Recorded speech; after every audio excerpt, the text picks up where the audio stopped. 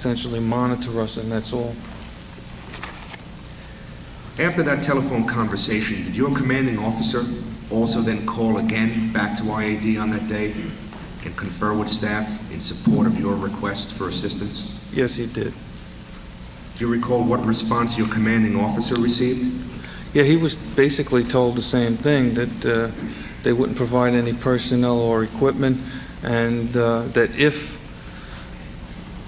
I remember this correctly, that if we wanted any personnel or equipment, we should go see our borough commander. Was he also told you had the green light to go to other agencies? Do you recall that? Yes. Well, isn't IAD, the division in the police department, primarily responsible for investigating corruption at this time? Yes, it is. So what other agencies do they want you to go to? Well, they didn't specify, but I had some ideas of my own. What was that? I went to the special prosecutor's office. And you did that on your own initiative? Yes, sir. So essentially, Sergeant, what you're saying is, after you've accumulated all of this evidence and all of these allegations, your first request to IAD gets the response of, go elsewhere, we're not going to help you. That's correct. Was this your first attempt to solicit IAD's help in this investigation? My inclination is to say that it wasn't, but I couldn't say that with any sureness at this point. Well, I'll ask you, it's been a long time. Well, I'll ask you, was it the last time in your memory that you asked IAD for assistance during the course of this investigation? No. No, sir. Say this is the last time you ever asked IAD for help? No, I said, to the best of my recollection, I don't believe it was the last time. Not the last time. Did you continue your investigation despite IAD's refusal to assist? Yes, I did. At that time, in November of 1988, did yet another informant emerge about Michael Dowd and other cops in the 7-5? Yes. Do you recall Mr. P? Yes, I recall Mr. P. In sum and substance, Sergeant, can you tell us what Mr. P told you about the activities of 75th Precinct police officers? Mr. P was another drug dealer. And what was so frightening about Mr. P was, even though he mentioned Mr. Dowd, it seems that everybody in the 75th Precinct knew about Mr. Dowd. He mentions a second group of cops, totally apart from this nightmare that I'm investigating under the self-generated case. Now I'm having thrust upon me yet a second group of cops also working out of the 75th Precinct that are trafficking coke. So now the investigation is expanding even further for you. Yes. Do you recall him naming 5 other police officers in particular as being involved in the purchase and sale of narcotics? Yes. Do you recall him telling you that the cop with the red Corvette is a drug runner for a Colombian drug ring? Yes. Who did you understand by that time the cop with the red Corvette to be? Michael Dowd. In November of 1988, where was Michael Dowd assigned? I believe that by that time he had entered the alcohol recovery program, and I believe he could possibly have been assigned to motor transport at that Well, time. he was assigned, just for the record, the department records show that he was assigned at the Whitestone Pound. So he had already gone to Whitestone. After Mr. P's information came into you, do you remember receiving a call from the commanding officer of the Whitestone Pound in that month of November 1988? Yes. And was it regard to Michael Dowd? Yes. What did he tell you? Talking about Mr. Yurku now. What did he tell you about Mr. Yurku? Well, he called me. I had contacted the commanding officer of the Whitestone Pound because of the fact that with Mr. Dowd assigned to the pound, it made it extremely difficult for me to do on-duty observations of him. And my on-duty observations basically consisted of driving along the Whitestone Expressway and finding a high-rise across the expressway and getting up on top of the roof of an 8-story building with a pair of night glasses and watching him across the expressway as he worked at the pound. But in addition to doing that, I needed the assistance of the commanding officer, though I was reluctant to bring other individuals into it for security purposes. I needed that assistance to know of his movements, his meal periods, the hours that he worked, when he would take time off, things of that nature. And I received information from his commanding officer that on a particular day, during the course of normal activity at the pound, somebody discovered Mr. Yerkou roaming around inside a police department facility. And they grabbed him and they brought him to the commanding officer. He was at the pound, that was the facility he was at? He was inside the Whitestone pound. While Michael Dowd was there working? Yes, and eventually Michael Dowd did come into the commanding officer's office, and he said, you know, as it was relayed to me, he told the commanding officer that he had brought Mr. Yerkou to the pound with him that day. That Mr. Dowd had? Yes. So Sergeant Trimboli, now we have another observation directly connecting Michael Dowd and a police officer convicted for the armed robbery. Correct? We have Walter Yerkou now as a known associate of Michael Dowd based on your information. Yeah, that's true. And this comes after you get allegations with regard to 5 different police officers from Mr. P. Yes. How many suspects are now included in your self-generated investigation? I would say maybe 20 to 25 people. So once again, the investigation was more than just an investigation of Michael Dowd. Yes. Do you know if the borough commander was aware of the extent and nature of your investigation at that time? Yes, he was. Did the borough commander ever personally visit you with regard to this investigation? Which borough commander are we speaking of now? I'm speaking about the Chief Rayford. He didn't visit me, but he came to the office, yes. Could you describe the circumstances of that meeting? Well, I arrived at work one morning, and I was advised by one of the detectives that the chief was in the rear office where I maintained my records. And the guy says, you know, you better get back there. The chief's been standing there for like 10 minutes and he hasn't moved a muscle. And he's staring at the wall. So I go back there and he doesn't move at all to acknowledge me. He just stays there staring at the wall. But he does communicate to me. He says, Sergeant, he says, and again, I'm not going to use the graphic language. Basically what he says to me, what is this? Referring to what? I had a board with the pictures of approximately 25 police officers assigned to the 75th precinct on it. And I said to him, I said, Chief, don't get excited.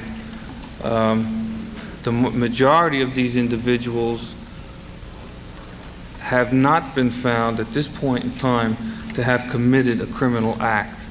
These are just people that I am looking at as part of an investigation, either by their association or some other connection with individuals that I know to have been engaged in criminal activity. I'm just looking at them at this point. Why did you assume that the chief would be excited when he saw your photographs and chart up on the wall? If you're the commanding officer of a borough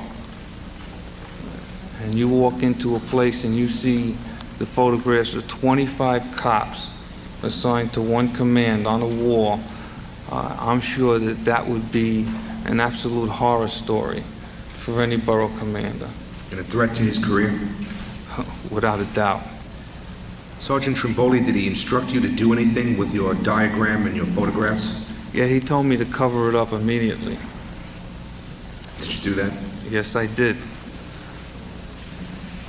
Now, Sergeant, in November of 1988, as your investigation expanded with the new information from Mr. P, the information about Mr. Yerko at the pound, did you once again, in 1988, November of 88, ask IAD for help?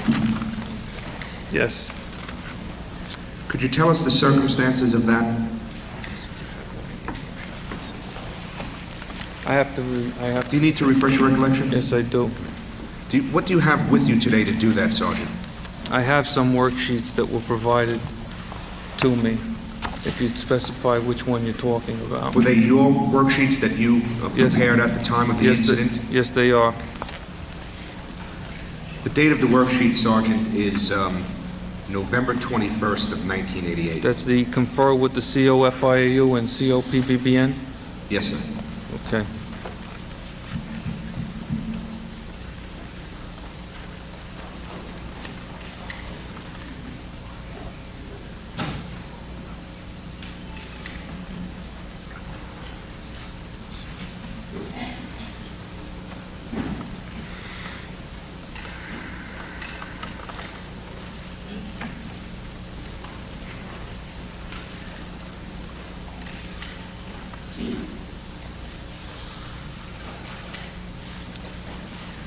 Okay.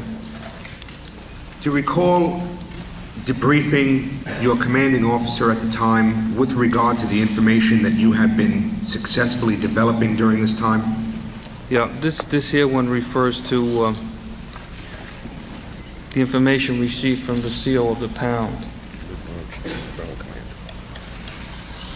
Yes, and once you had that observation, did that make you go to your CO and say, hey, you I better called- get on the horn with IAD again? I called my commanding officer, and I made a phone call to staff, and I wanted to make IAD aware of the fact that former police officer Yerko had been found in a police department facility, and that he had been brought to that location by police officer Dowd. At that time, had a new patrol borough commander been assigned to the Brooklyn North Borough?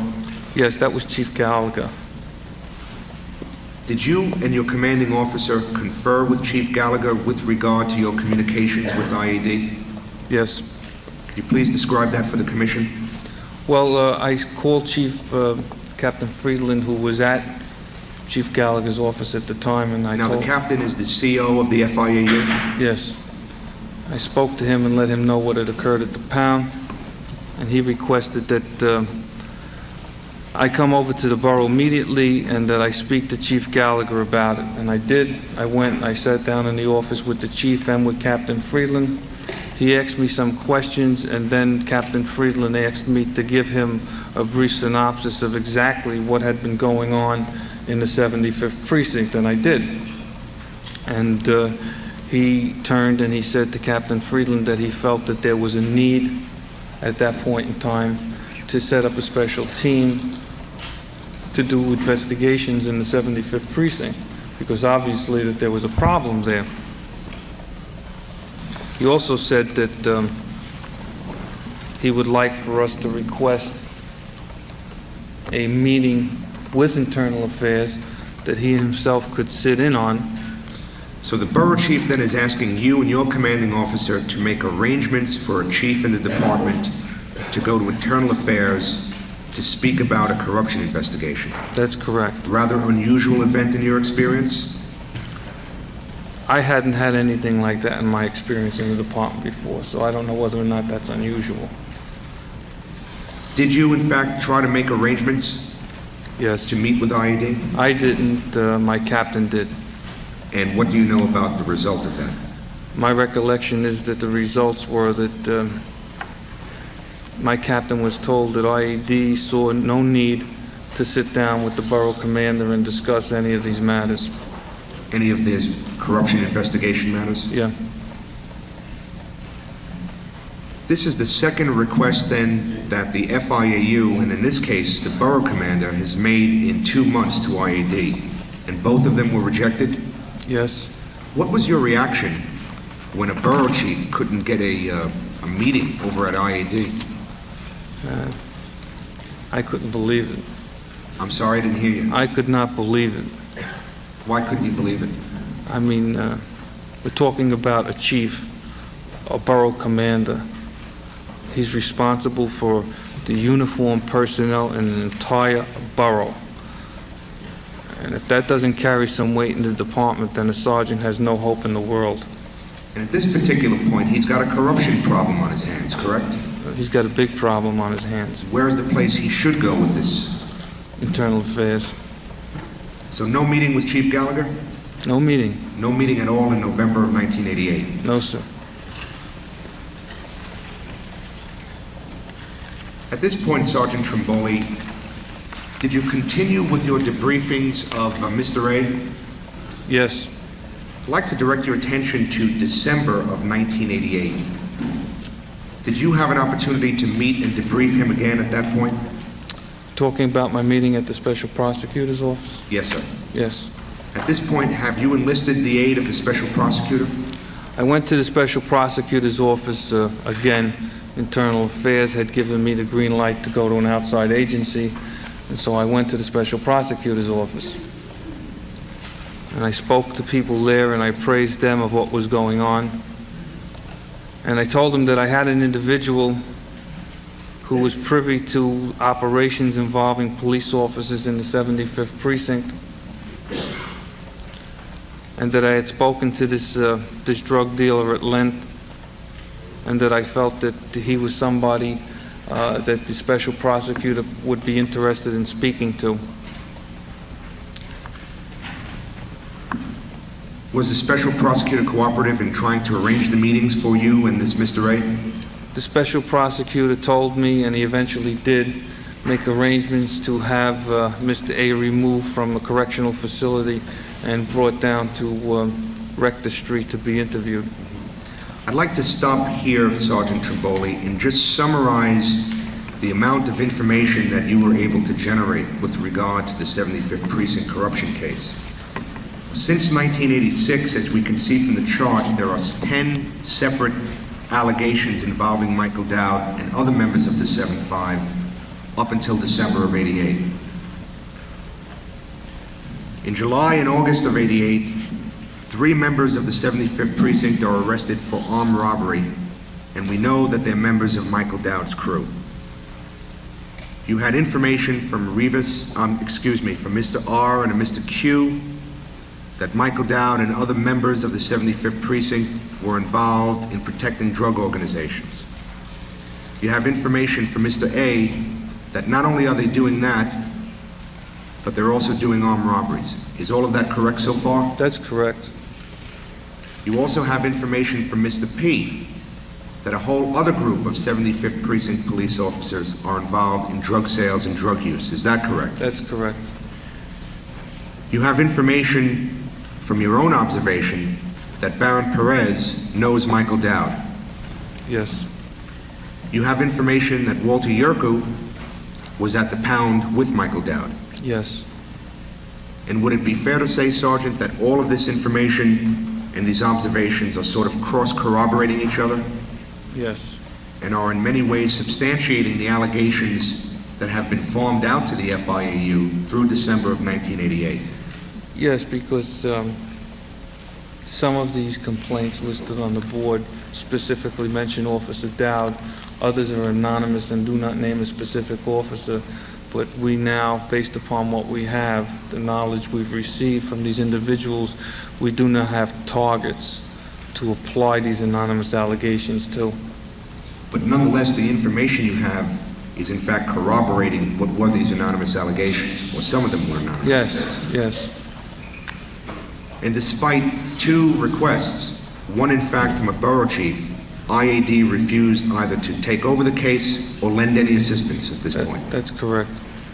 Were you aware that in the face of all of this information and potential evidence, that IAD closed its investigation into Walter Yerko and the other members of the 75th Precinct? No, they never told me that. For the record, in December 26th of 1988, IAD Confidential Investigation Unit Number 1, based on police department records, closed its investigation into the 75th Precinct police officers who were involved in that robbery. May I have a Sergeant Trimboli, were you provided with a copy of that closing report That before appearing here today? December 27th of 1988? Yes, sir. I have a copy here. Have you had an opportunity to review that closing report? Yes, I have. Do you see any significant omissions with regard to that closing report? Excuse me, I'm not clear. When did he first obtain something recent or? Sergeant, did you have an opportunity to see that report recently, or had you had it all along? This was provided to me within the last 48 hours. By investigators of the Mullen Commission for you to review? That's correct, yes.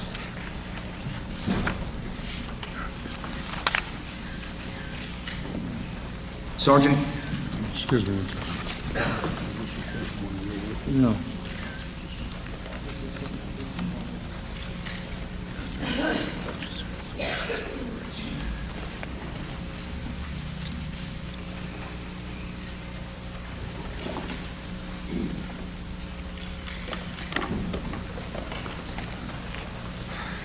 Sergeant, does Michael Dowd's name or any allegation about Michael Dowd appear anywhere in that closing report? Not to my knowledge, no. Based on the information that was available to you, and that was available to IAD at the time, is that closing report a fair and accurate assessment of the information that was obtained during the course of this investigation by IAD? Based upon the fact that I had been provided information by several sources that there was a relationship between the men who were arrested for this stick-up and other members of the 75th Precinct, including Michael Dowd. Based upon that, this report does not accurately, in my estimation, reflect what was going on at the time. In fact, all of the information you were getting, you were providing on worksheets and sending over to IAD, is that correct? That's correct. In January of 1989, were you continuing your investigation of Michael Dowd? Yes, sir. Did Michael Dowd take a trip in January of '89 that was of significance to your investigation? Yes, sir. What was that about?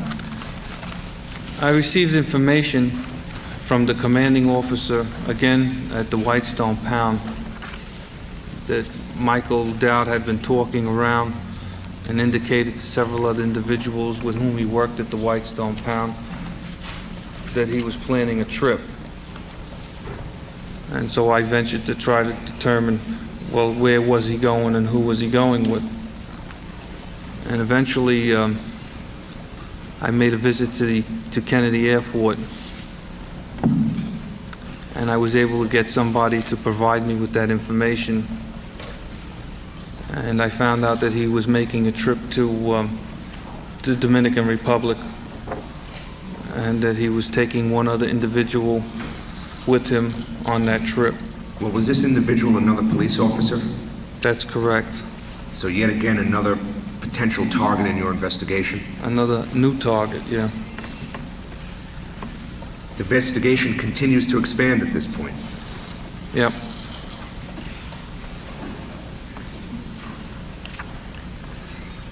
Were you able to do any surveillance of Michael Dowd? By the way, where did Michael Dowd go on this trip? Dominican Republic. And of course, all the allegations were is that he was associating with Dominican drug organizations, correct? That's correct. Were you there at the airport upon Michael Dowd's return? No, I absented myself for specific reasons. What was that? Well, I had made contact with customs officials, and I arranged so that Michael Dowd and his traveling companion would be tossed when they got off the plane. And what was the result of that? No contraband was found. Were you also told that someone in particular? I'm very sorry, sir. They were tossed and excuse me? They were searched. They were searched. Customs advised me that as part of their normal procedure, they were allowed to remove a percentage of passengers from any returning planes from the Dominican Republic and asked them to step into another room and search them. And I asked if they would do me the favor and have these two particular individuals included in that group. And they agreed to do that, and these individuals were searched. Sergeant Trimboli, were you informed that who came to pick up Mr. Dowd and his police officer companion at the airport? Yes, that was Walter Yerkel. Why was Dowd's trip to the Dominican Republic significant to your investigation? What did it tell you? What does it tell any internal investigator? Well, all the allegations here and all the people that I had contact with during this investigation were Dominicans, for the most part. And he's making a trip to the Dominican Republic, a 4-day trip. And my suspicions were at least aroused to the level where I felt that there was a need to look into this further. What does it tell you about the means, the financial means available to Michael Dowd? Well, the trip in and of itself didn't raise any question in my mind about his financial needs. Well, did you find out where he was staying, what kind of trip he had planned based on your investigation? Well, that required a little effort. I don't know if you want me to go into that part of it now. Well, just based on your general information at the time. I found through sources that when he arrived in the Dominican Republic, he was staying at a resort that was $500 a person per night. Once again, did all of this, the trip to the Dominican Republic, the place he was staying, more and more persuade you that you had much more evidence of Michael Dowd's connection to Dominican drug dealers at this point? Yeah, and I guess that's evidenced by the fact that I wanted them searched when they came back. Now, did you report that information to IAD? They knew about the trip before the trip was made. I reported it to them. After Dowd gets back from the Dominican Republic with the other police officer, you're doing observations, as I understand from the records, out in Suffolk County at that point. Is that correct? Among other locations, yeah. And again, on your own, Sometimes, yeah. in your own vehicle, Yes, sir. on your own time? Sometimes. Did you make an observation of any significance to the scope of your investigation in February of '89 while you were surveilling one of the Dowd residences? You're talking about the house on Wiley Street, I believe so. Michael yes. Dowd's house. I believe so. Yeah, at that time, during the course of a weekend observation at Mr. Dowd's house, sometime after 8:30 at night, I'm not sure, this is 5 years ago,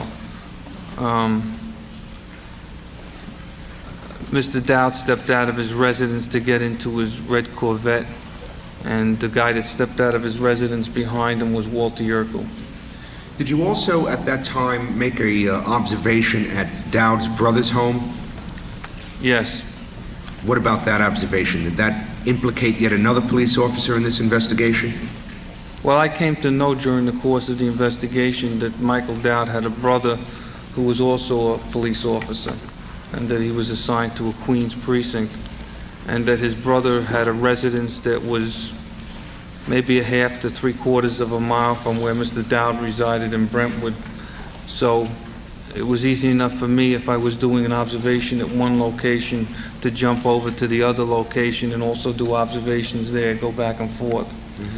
And during the course of one of my observations there, Mr. Yerkel came out of Mr. Dowd's brother's house. First of all, where were you doing this? Suffolk County, sir. Yes, but Brentwood. where? I believe that the town that they resided in is Brentwood. I'm not sure. And you're telling us about your own investigations, both on hours and off hours, in February of '89, correct? I believe so, yes. Approximately, as best you can Approximately, recall. yes, sir. Is there any reason why you suddenly broadened your scope at that time?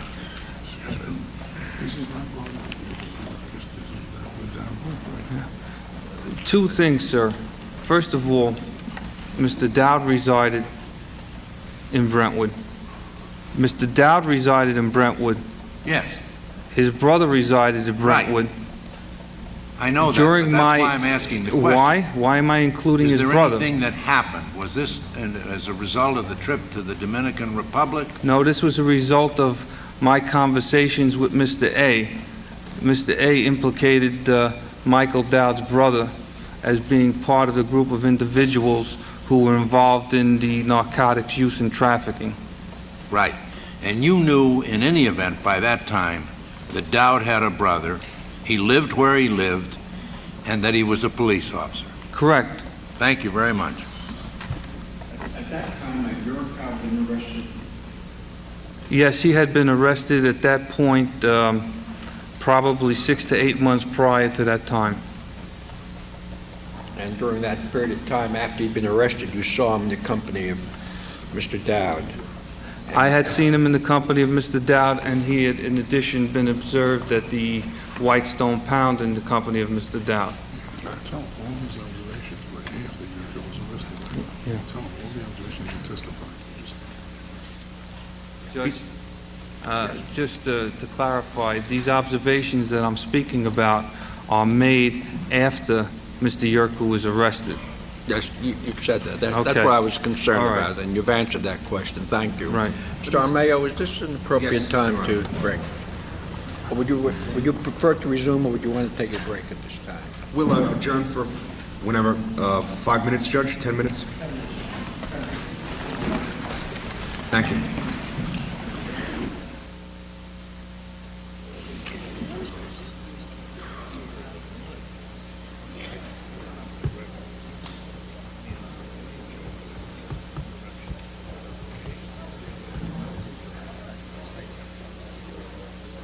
It's the same thing with that document.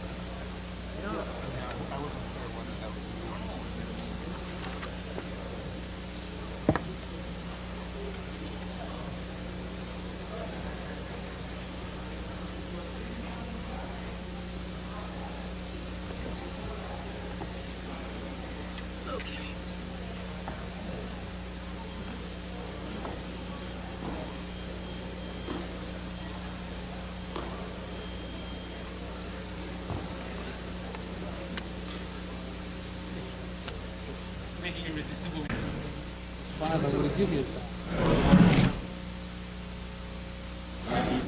Are you ready to resume? May we have some quiet, please?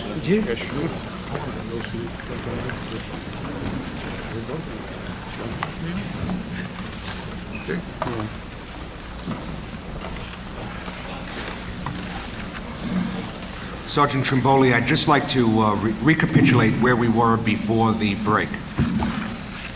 I'd like to direct your attention now to February of 1989, after Dowd and his police officer companion come back from the Dominican Republic. The information available to the internal investigation apparatus of the New York City Police Department is as follows. There are at least 10 separate allegations of serious corruption against Michael Dowd and other members of the 7-5. Is that right? That's correct.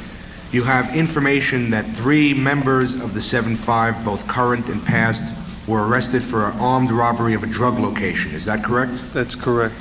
You have information from Misters R and Q, specifically naming Michael Dowd and others as being associated with drug traffickers. Correct. You have information from Mr. A that Michael Dowd and others are involved in drug activity as well as doing armed robberies. That's correct. You have information from Mr. P about a whole other group of 75th Precinct cops involved in narcotics trafficking and drug use. Is that correct? That's correct. You also at this time have observations of Walter Yerko at the pound with Michael Dowd. Yes. You have observations that Baron Perez personally knows Michael Dowd and you saw his red Corvette inside Odo Sound City. Correct. You also now have information that Michael Dowd and yet another member of the 75th Precinct took a trip to the Dominican Republic. That's correct. And all of this information is known to your commanding officers in the patrol bureau, Yes. and all of this information is known to to the personnel at IAD. Excuse me, sir? And all of that information is also known by personnel in IAD. Yes, they received copies of all my reports. And in light of that information, 2 requests to IAD were made for assistance, and both of them were rejected. That's correct.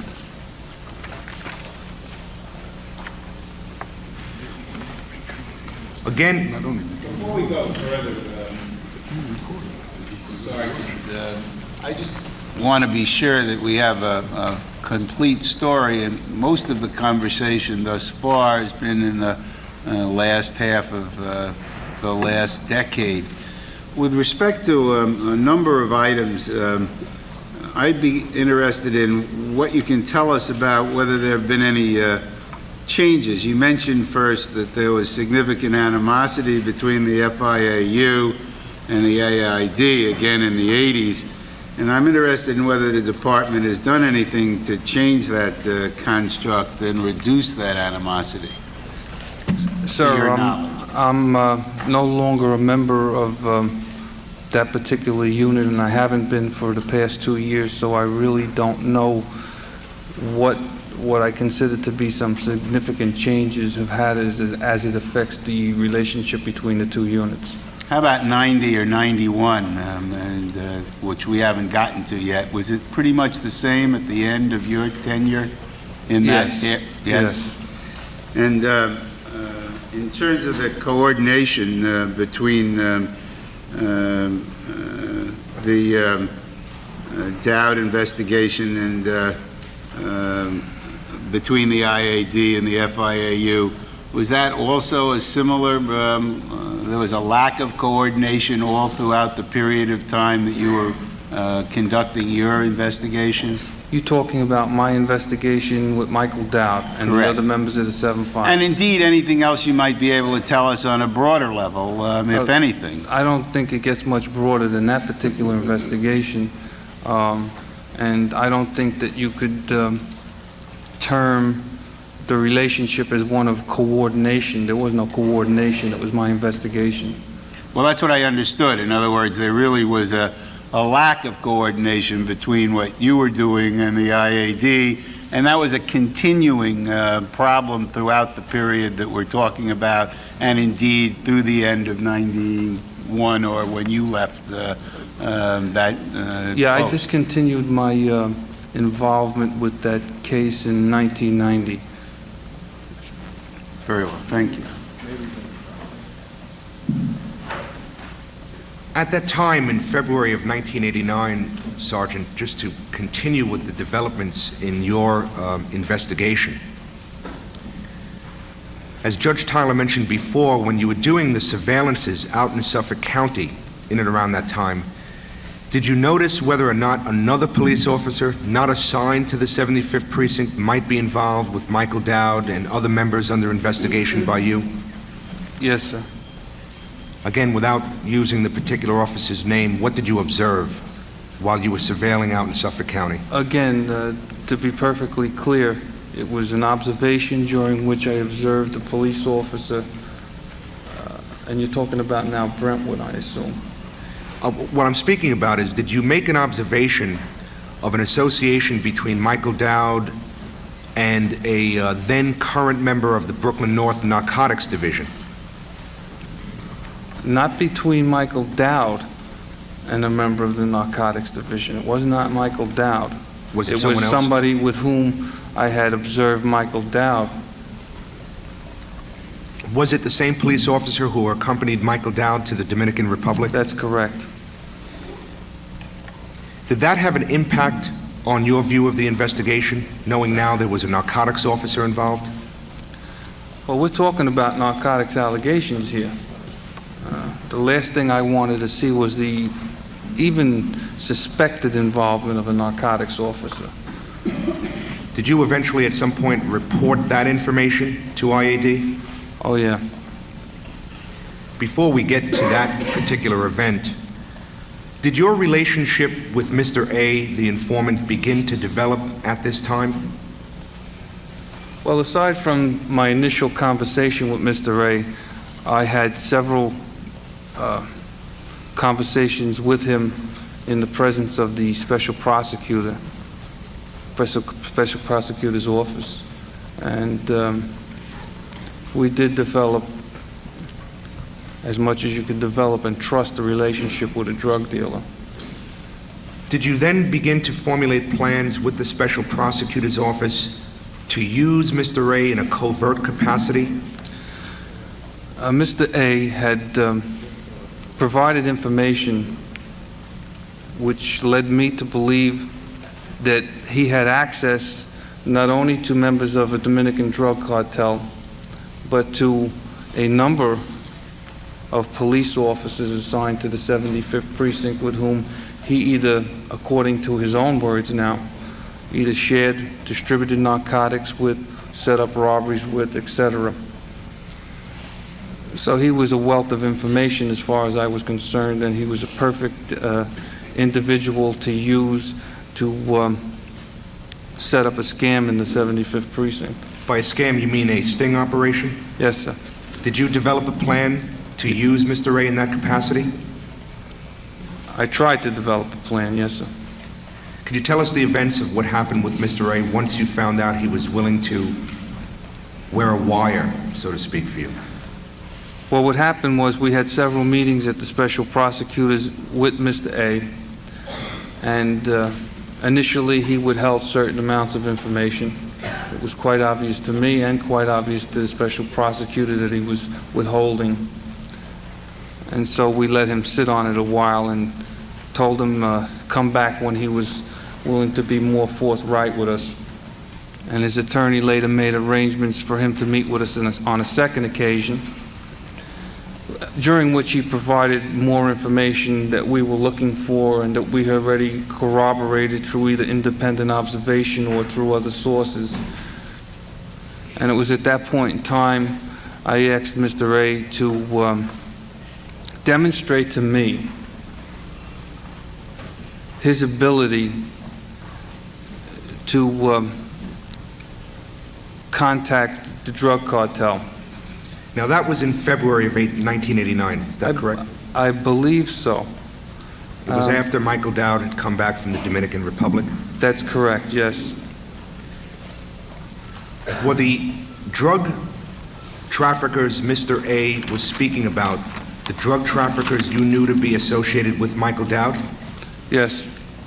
So how did he demonstrate his ability to speak to these drug traffickers? I had to make a phone call from the special prosecutor's office to a drug location in the 75th Precinct, at which I knew through personal observation both of these drug traffickers to operate from. Was he able to do that? He made the phone call and he demonstrated to both mine and the special prosecutor's satisfaction that not only did he know Mr. P, but he also knew the guy who was running the operation. In fact, didn't he speak to Baron Perez on the telephone? That's Mr. P, yes.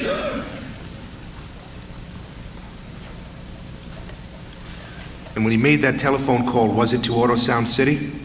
Yes, sir. So at this point, I would imagine that Mr. A has a great deal of significance for the success of the investigation. Mr. A was a wealth of information, and he was a direct link not only to the traffickers, but to the police officers. You couldn't ask for a better contact. So was he now your best hope at making a successful case against Michael Dowd and the others? In my opinion at that time, yes. After he had demonstrated that he had access to these drug traffickers, did you inform IAD about this? I discussed the matter with the special prosecutor's office, and they told me that they would agree to set up a scam, a sting, in the 75th Precinct using Mr. A, and that I would coordinate or set up a scenario where we would be able to use him. And the entire idea was that I would use Mr. A to get us this other, well, we got two Mr. A's here, so we're going to have a problem. Well, why don't we speak about the Mr. Ray who had access to Baron Perez? Okay, the one who told you about the robberies and the drug trafficking. That's the guy I'm talking about. We were going to use him to take another associate of Mr. Perez's from Sound City. Was that Adam Diaz? Yes, okay. Adam Diaz. We were going to use Mr. A to set up Mr. Diaz, and once we took Mr. Diaz, we hoped, would be able to give us the entire ring.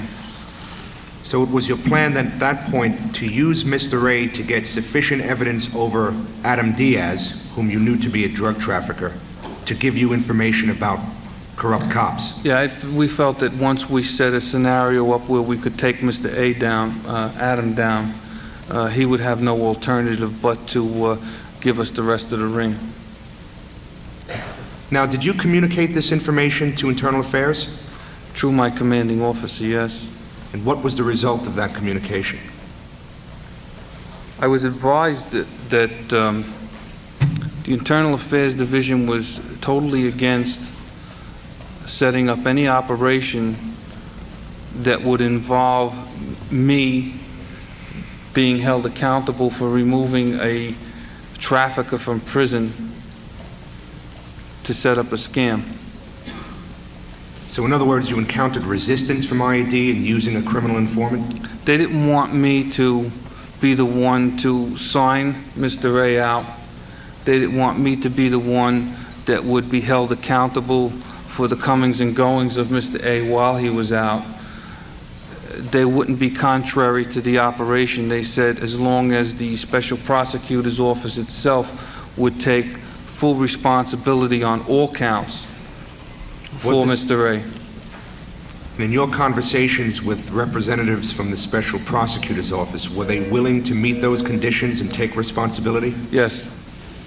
Sergeant Trimboli, since the time you were assigned to the FIAU, you've worked in other investigative commands in the police department? Yes, sir. Is it not a normal practice to use informants in covert operations without requiring that their use in some way meet conditions based upon another agency's responsibility? Well, the only way I can answer that is by saying that I've never been involved with an informant where we needed to coordinate it with another agency. How did you interpret IAD's conditions for the use of Mr. Ray? What was the message it sent to you personally? I had known, based upon what had occurred in the 77th precinct, I had known Internal Affairs to, in fact, use drug operatives in the scam that they set up there. So that I didn't understand their reluctance at that point in time to use Mr. Ray. As a result, Referred a couple of times to using Mr. Diaz to catch the ring or break up the ring. You're talking about a ring of corrupt police officers, is that correct? That's correct, sir. All right. You may resume, Mr. Armayo.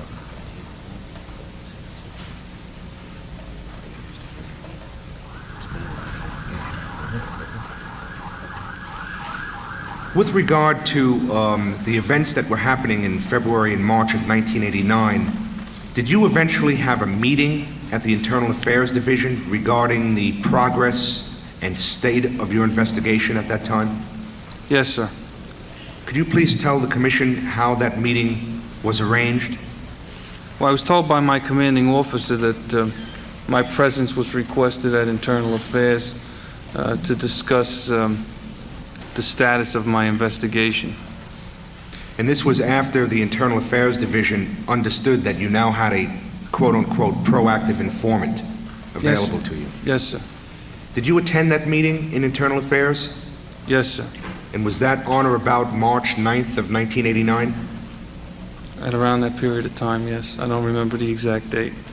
Who attended the meeting with you? I was taken there by my captain. And what was the purpose of the meeting as you understood it? As I understood the meeting, it was to review the status of my investigation to that point. Was that the first time that you ever had a meeting in your experience with Internal Affairs to give them a progress report directly? That's face-to-face on an investigation? It was the first time that I sat down with the number of individuals that were present, yes. Were there top-ranking members of IAD present at this meeting? Yes, sir.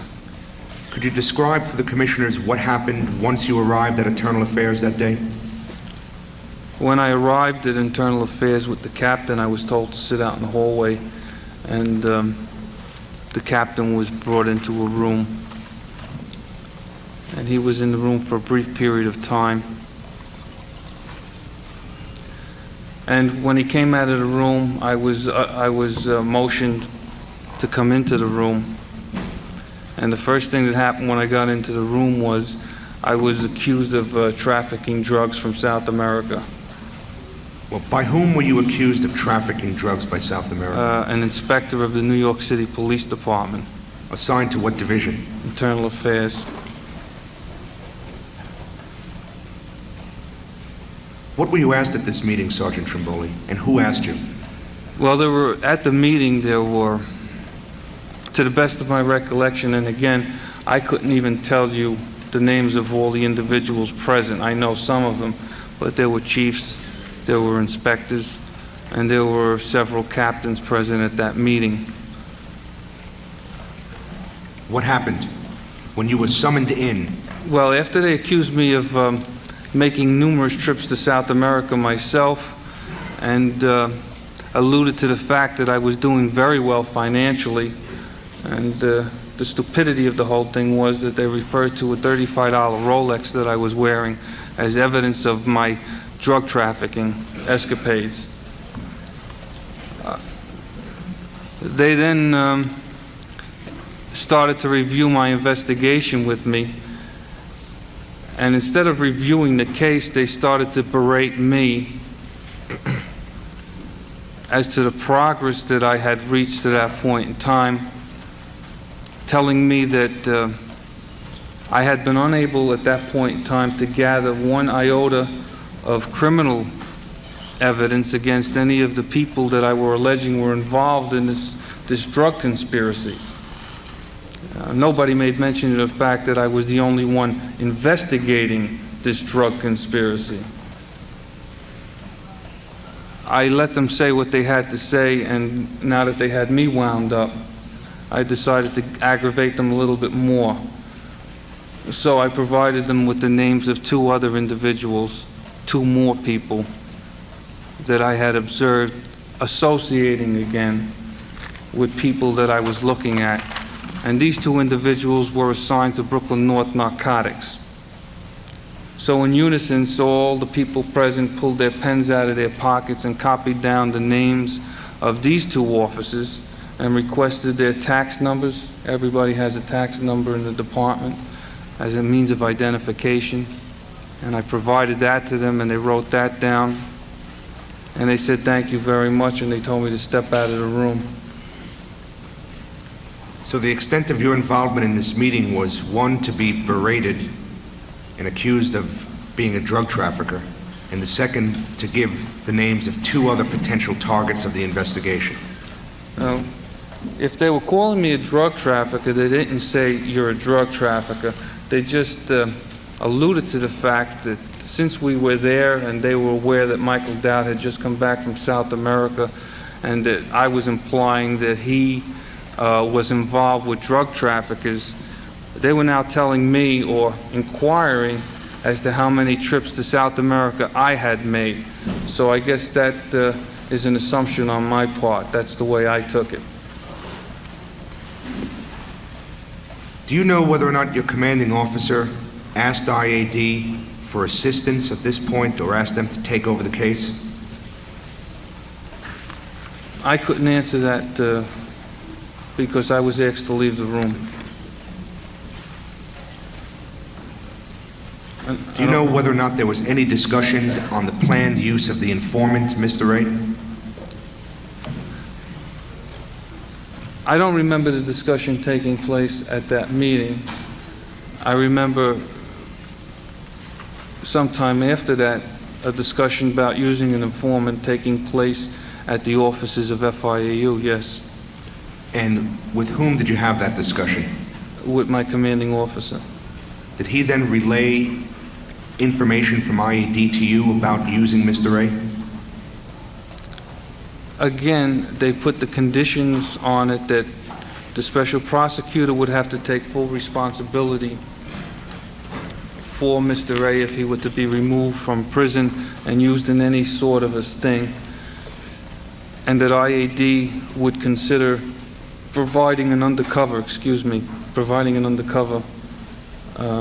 to work with Mr. A if that came about.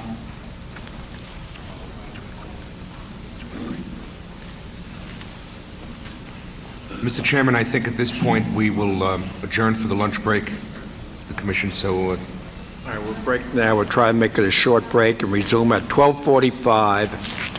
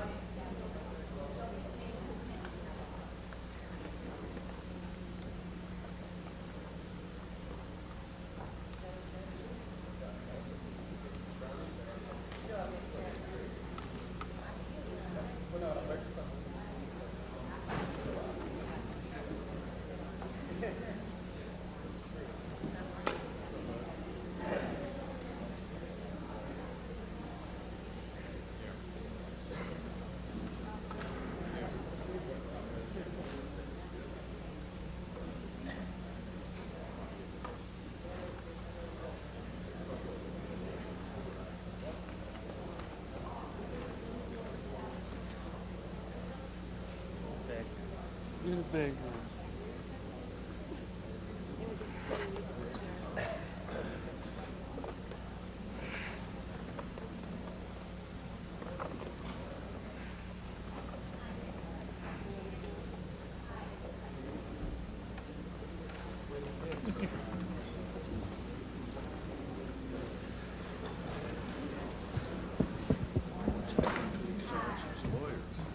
that's what we're looking for now.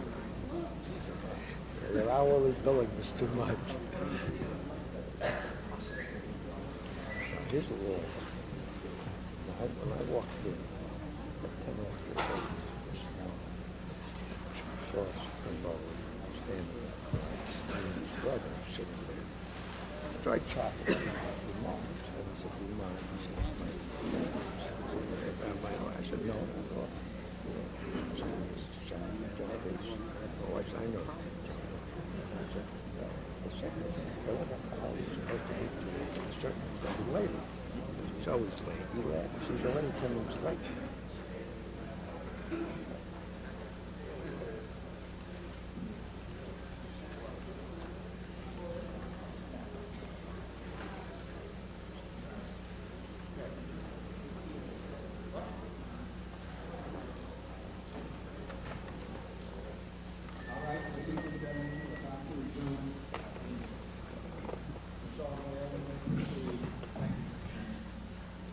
Sergeant Cipollone, just to resume where we were before in the beginning days of April 1989, you stated that you had the use of Arroyo in a covert operation. Would you describe this time as the potentially most productive time of your 75th Precinct investigation? That's correct. On or about April 4th of 1989, did you have a conversation with your commanding officer regarding a new assignment other than the 75th Precinct? Yes. Could you describe for the conditioners what were the conditions? My commanding officer told me that he had been in contact with the borough commander and that some new information had come to light on an unrelated matter. What was that unrelated matter? My commanding officer told me to go out with him and take a walk through the park because he didn't want to talk in the building. Was that unusual that he should ask you to I never took a walk with anybody in the park before. Well, when you walked through the park, what did your commanding officer tell you? He told me that the borough commander had received information at a cocktail party from an unidentified source that a 7-7 precinct type scandal was about to erupt in the 79th precinct in Brooklyn. Did your commanding officer tell you who he got that information from? No, in fact, I asked my commanding officer after he gave me all the information at his disposal to make this individual available to me because I wanted to question him at length, and I was told that this individual would not be produced. Why would this information or this individual not be produced? I was not made privy to the reason. I was just told that I would work on what I had been given to that point in time, and that was it. Was the assignment you received directed by the chief of the patrol bureau? That's correct. Through your commanding officer to you? Directly to me. I was taken by my commanding officer to the patrol bureau headquarters and specifically given the information from the chief himself. At this point, were you reporting all of the developments in the case that we just described during the course of your morning testimony to your commanding officer? That's correct. And did your commanding officer report directly to the chief of Brooklyn North Patrol Bureau? That's correct. Did you report the fact?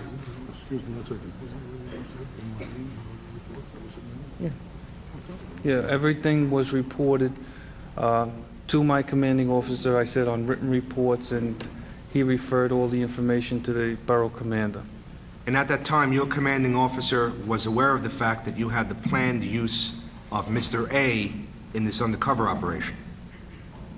We anticipated using Mr. A in an undercover operation, yes. Sergeant Trimboli, what was your reaction to this new assignment? Well, first of all, I didn't want the assignment, obviously, because I had the 7.5. And second of all, I related to my commanding officer that I felt that the order I was being given was illegal. Illegal in what sense? The allegations that I was being asked to investigate were criminal conduct, and I could not investigate these allegations without them first being referred to the Internal Affairs Division. And if the Internal Affairs Division decided that they were not going to investigate this here, they would have to give it a corruption or C number and refer it back to my unit for investigation. But I could not circumvent the process by taking on an investigation without so advising IAD first. Was IAD ever advised of this, do you know? They were advised of it in the sense that worksheets were forwarded to them, yes. Was a C number ever applied to this case, to your knowledge? No, sir. And a C number means a corruption allegation? It means that the case, the information was sent to IAD, they reviewed it, they made a conscious decision whether or not they intended to take an investigation, and if they determined not to take that investigation, they were then referring it to my unit for investigation. Did the chief at that time, or your commanding officer, ever explain why they chose that moment, a moment in time that was potentially most productive for the 75th Precinct investigation, to assign you to what is allegedly another precinct-wide investigation? No, sir. Were you able ever to interview the informant who had given this information? No, sir.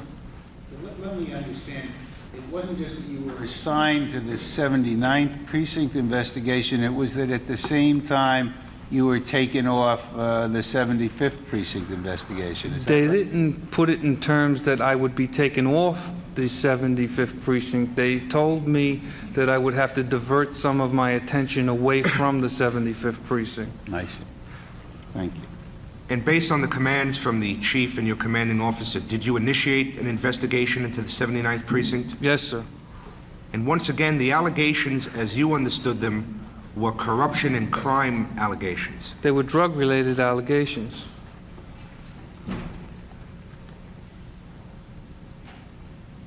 Were you ever told that the allegations involved any racial divisions among police officers in the 7-9? Or No. was your understanding that it was crime-related? My understanding, and I was told directly by the chief and my commanding officer, that it involved members of specialized units in the 75th Precinct ripping off drug operations. Sergeant Trimboli, did you conduct that 79th Precinct investigation? Yes, sir. And approximately how long did it take you?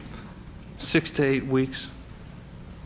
During that time, did you also work somewhat on the 75th Precinct investigation? I did do some work at the 7.5, yes, sir.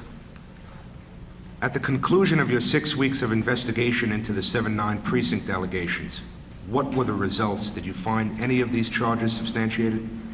No, sir. When you were taken for the walk by Captain Friedland, when you were spoken to by the chief at the time, and when you weren't able to meet the informant, did you have any understanding in your mind that you developed about why you should receive this new assignment at this particular time? I was confused as to why it was being given to me. I was one person. I was doing an investigation they were well aware of, and there were 19 other investigators or more in the office that it could have been given to.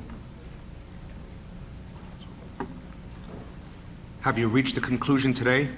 Or do you have an opinion today about why you were assigned this investigation?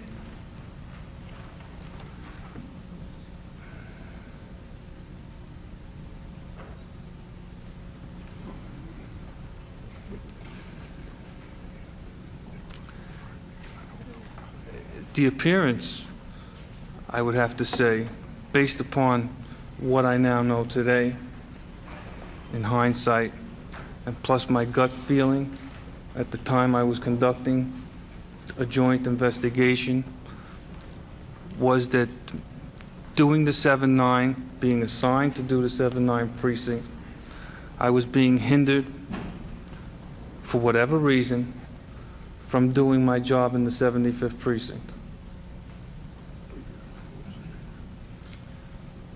As time went on after the 79th precinct case, did you continue your investigative activities into the 7-5 precinct? Yes, sir. Did you ever get a chance to use Mr. A in an undercover capacity? Excuse me? Did you ever get the opportunity to use Mr. A in an undercover capacity? No, sir.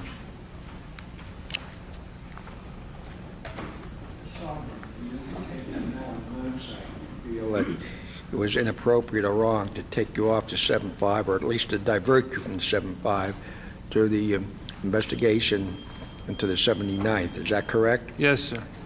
Do you recall at this time what you believed at that time when that transfer was made, when you were asked to undertake the 79th precinct? Did you have a reaction within yourself as to why you were being diverted to that precinct? Judge, as I said, initially when they gave me that investigation, I felt it was illegal.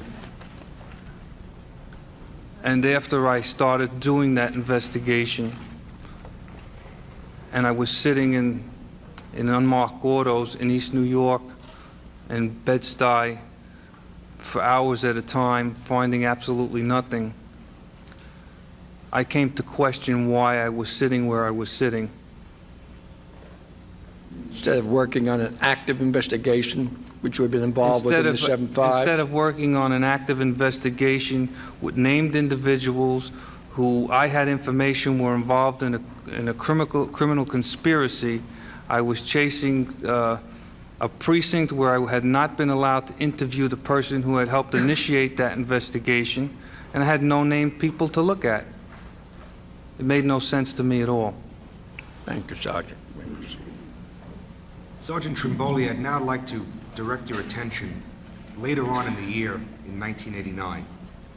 Specifically in October of 1989, did you get information that Michael Dowd's former partner, Mr. Urell, was applying for pension disability? Yes, sir. And as a result of that, did you make a trip to IAD? Yes, sir. What was the purpose of your trip to IAD? I went to Internal Affairs with the commanding officer of my unit to review case folder, an IAD investigation. Do you remember what investigation that was? I believe it may have been the Walter Yerko investigation. Were you reviewing the file of the Walter Yerko investigation in order to get information on Mr. Urell for a particular purpose? Well, Mr. Urell had applied for a disability pension, and I realized at that point in time that I only had a short period of time left during which I would be able to deal with Mr. Urell before he would be able to get out of the police department with the 3/4 tax-free pension, and I wouldn't be able to touch him anymore. That's why I went to review the folder. When you got to IAD, was the case agent, the IAD investigator who supervised that case, available to be interviewed by you? No, sir. Did you ask to see him? I was told he was unavailable. What was the condition of the investigative folder? Let me just preface that by saying what an investigative folder is, okay? Yes, Can I have thank you. that latitude? Thank you. An investigative folder is one in which, during the course of your investigation, you incorporate each individual worksheet on each item you do during the course of your investigation. Those worksheets are listed on an index, dated and signed. At the conclusion of that investigation, as I mentioned earlier, there is also a closing, which is a synopsis of all the steps taken during the course of that investigation. The folder that I was shown consisted of no indexed, no numbered worksheets. 3/4 of the worksheets were unsigned by either an investigator or a supervisor. The captain who was with me asked me at one point what I thought of the case folder. And the individual who happened to be standing there providing us with worksheets as we went along. And we had asked that person at one point in time if he could provide us with any input into this case folder. And he said no, he really couldn't because he really hadn't participated in the investigation. And my captain said to me, Joe, he says, what do you think about all this? I says, well, besides the disrespect being shown to a captain to present him with a farce of a case folder like this man here is a liar. He's saying that he didn't participate in this investigation and therefore he couldn't provide any information. However, his name appears on 3/4 of the worksheets as the accompanying investigator. Sergeant Trimboli, why was that case folder, in your estimation and based on your experience as an internal investigator, a farce? As I said, it wasn't indexed. The worksheets weren't signed. There were a lot of things missing. Do you believe that that was an attempt to deprive you of information that may have been necessary to your investigation? I believe that I was provided with other than the case folder that was the actual case folder for that investigation. Sergeant Trimboli, to the best of your recollection, when you went to IAD at that meeting, did you learn about other information that IAD had with regard to 75th Precinct investigations that was never made available to you previously? Yes, sir. I have a worksheet here that's dated October 24th of 1989, Sergeant Trimboli. Were you ever told? Let me just get that worksheet, okay?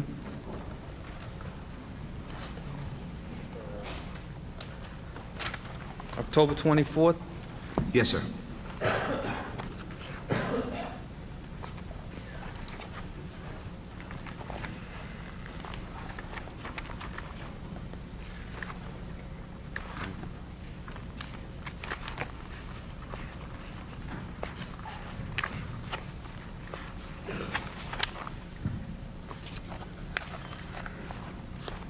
Yes, sir. When you were in IAD in October of 1989, you had already been conducting your self-generated case for well over a year, isn't that correct? That's correct. Did you learn for the first time that IAD had generated information from a confidant of Walter Yerko that there were 20 to 25 cops assigned to the 75th Precinct who were systematically robbing drug dealers? That's correct. Do you recall seeing information that on one occasion, Michael Dowd, this informant, this confidant of Walter Yerko, was informed that Walter Yerko went to a drug location to pick up a drug package from Michael Dowd? That's correct. That's correct. Did you also discover at that time, Sergeant Trimboli, that this confidant of Walter Yerko, who had filed harassment charges against him, had been called up on the telephone by Michael Dowd and told to drop the charges? That's correct. And were you also told that a detective, Weiser, once overheard Walter Yerko say, after he was arrested on that harassment charge, quote, "If this isn't handled right, I'll call Hines and blow the whistle"? That's correct. Sergeant Trimboli, would not this information have been very significant for you to have known at least a year before you found out about it by chance at IAD in October of '89? Absolutely. Have you come to any conclusion why IAD, fully aware that you were conducting a self-generated investigation into precinct-wide corruption in the 7-5 precinct, would withhold this information from you? This is part and parcel of the behavior of the people who ran IAD at that particular time towards the people who worked in the Field Internal Affairs Unit. I can find absolutely no reason why that unit would withhold from me information germane to my investigation for over a year.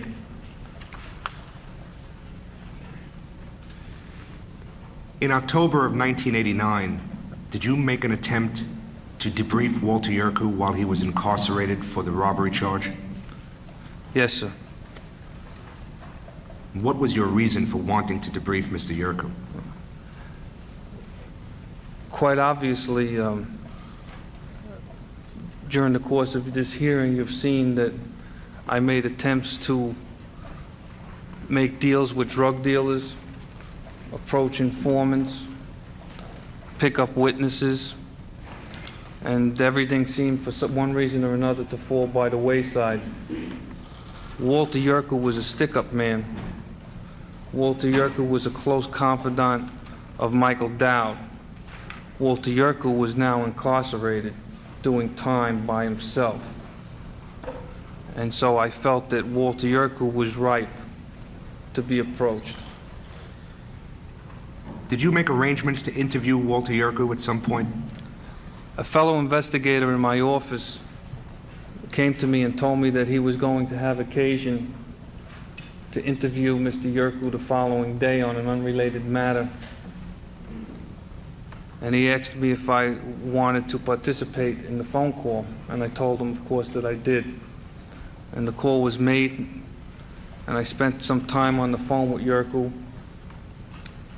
during which he let me know how he was doing time, and he didn't appreciate that he was doing time and somebody else was out free roaming around. Do you know what I mean? And I got off the phone and picked it back up, but my partner was on the other end continually talking to him. And Mr. Yerkew made a statement, "I know what you want, and if you come up here and you talk to me, I'll give you the man in the red Corvette." Who did you understand that to be? Michael Dowd. Did you notify IAD that you had an intention to debrief Walter Yerkew about his knowledge of police corruption? We notified our commanding officer, who in turn notified IAD. What was IAD's reaction to your plan? They wanted to know under what circumstances we had occasion to all of a sudden be contacting Walter Yerkew. And when we told them that we were going to make a trip upstate to speak to him at the correctional facility where he was doing time, they told us that they would get back to us on that, to hold off. After that, we were called and notified through our commanding officer that IAD had decided that they were going to be the ones to go up and conduct this particular interview, and that we would be left behind. In fact, we would hold our whole investigation in abeyance until such time as they got back to us with the results of their interview. So you were ordered by IAD more or less to suspend your investigation while they did this interview? Yes, sir. Were you invited to participate in this debriefing with them? No, sir. Did you eventually get notified of the results of this debriefing? Yeah, we had to initiate a phone call to them sometime later. They didn't get back to us. How long did it take you to get the Yerkew debriefing information? Well over a month. When you got the information, did you notice anything unusual about it? I imagine it was given to you in the form of an IAD worksheet. I received a worksheet, and the only thing missing from the worksheet was the one thing that we wanted to go up there for, and that was Michael Dowd. You mean to say there was no mention of Michael Dowd in Yerkew's debriefing? None at all. Did you inquire as to why there was no mention of Michael Dowd? Yes, sir, and we were told that Mr. Yerkew had made no mention at all of Mr. Dowd, so they didn't initiate anything. You mean they didn't ask about Michael Dowd? No.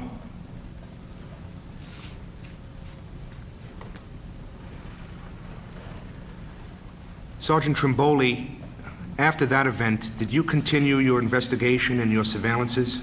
Yes, sir. Were you again on your own, Yes, sir. using your own private car? Yes, sir. Did you get cases reassigned from you? so that you can devote more time to the investigation at this stage?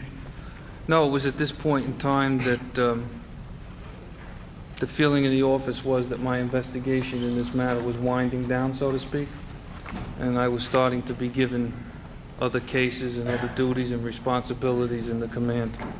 We set the date for that. Say at this time, approximately when was that? I would imagine it had to be late summer, early fall, '89.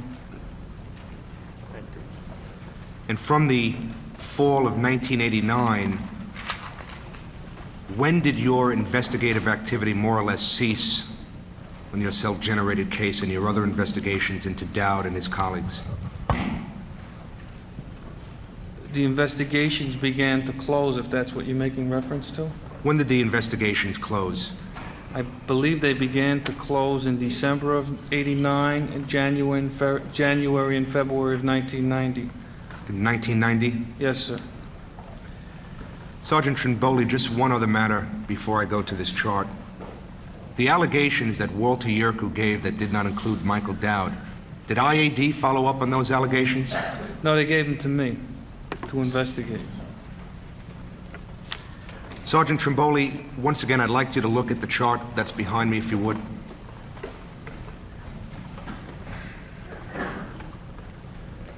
If you look at the case definitions, the allegations, do they fairly and accurately represent the allegations that you and others investigated with regard to the 75th Precinct? To the best of my knowledge, I believe they do. Sergeant Trinboli, with regard to the first allegation, Officer Dowd and his partners steal money from drug dealers, DOAs. What was the disposition of that case? Unsubstantiated. Did you note other misconduct during your investigation? Yes, sir. And what was that? We gave Mr. Dowd charges for leaving his assigned post while in uniform, operating his vehicle, his private vehicle, in uniform while on duty, and for failing to safeguard his radio. But essentially, the original allegation was unsubstantiated, which means no result, correct? That's correct. Would you please remove that? Sergeant Trinboli, who made that determination to close the case in that manner? Excuse me, sir? Who made the decision to close that complaint? The self-generated case itself? That particular charge? That particular case itself was closed with other misconduct noted, misconduct being what I just stated. Do you know who made that decision to close it that way? That was just, that was a normal thing that was done in the office. He was observed over a period of time. No information was found on the original allegations. Other misconduct was found and noted, and he was charged with it, and that investigation was closed. Thank you. The second allegation, Excuse me one second.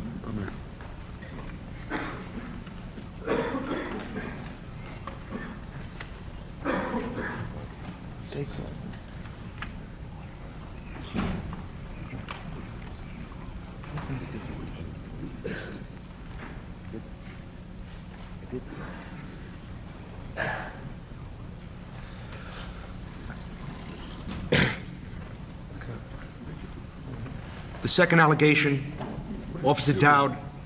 Excuse me, I just, excuse me. I'd like him to amplify his response to Judge Marlin with respect to who made the decision to close the particular complaint.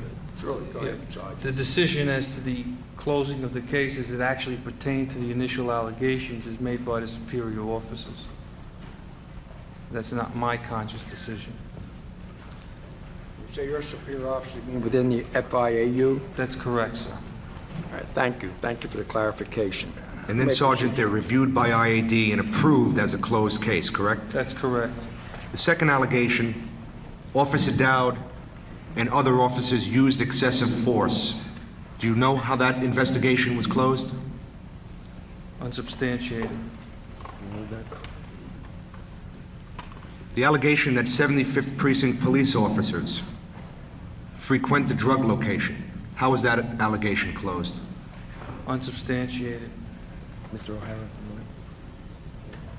The allegation that Officer Dowd and his partner accept $8,000 a week from drug dealers, how is that closed? Unsubstantiated.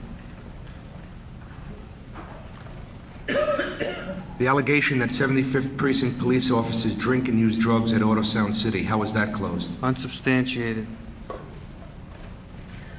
The allegation that Officer Dowd deals drugs and lives beyond his means, how is that closed? Unsubstantiated. The armed robbery case, you said before 3 arrests were effected? Yes, sir. Was Michael Dowd ever even charged in that case? No, sir. Your self-generated case into precinct-wide corruption in the 7-5 precinct, how is that closed? Unsubstantiated. An allegation that Officer Dowd's PBA card was found recovered from a known criminal, how is that closed? Unsubstantiated. The allegations from Mr. P that 75th Precinct police officers purchase and sell drugs, how is that closed? Unsubstantiated. An allegation that Dowd's former partner sold drugs, how is that closed? Unsubstantiated. The Yerko allegations that police officers engaged in drug activity, how is that closed? Unsubstantiated. The allegation from a DETF informant that he observed Officer Dowd using drugs while in Auto Sound City, how is that closed? Unsubstantiated. Federal informants allege that police officer Dowd worked for a drug ring, how is that closed? Unsubstantiated. Were you investigating Officer Dowd while he was in the 9-4 precinct? Yes, sir. Were you aware of an allegation that he accepted liquor from a bar owner? Excuse me, sir? Were you aware of an allegation that he accepted liquor, whiskey, from a bar owner? No, sir. Remove the title, please. That was also closed as unsubstantiated. You should note for the commissioners that the federal informants allege that Officer Dowd worked for a drug ring was opened as an IAD preliminary case, never substantiated. Finally, in May 6th of 1992, after all of these allegations go unsubstantiated, Sergeant Trimboli, is Officer Dowd, to your knowledge, finally arrested? Yes. And by whom is he arrested? Suffolk County.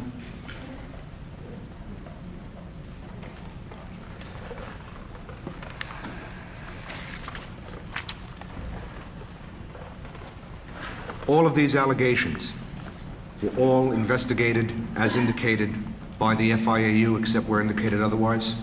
Yes, sir. That is, one man, one car, a pair of binoculars, and not much else. For the most part, yes.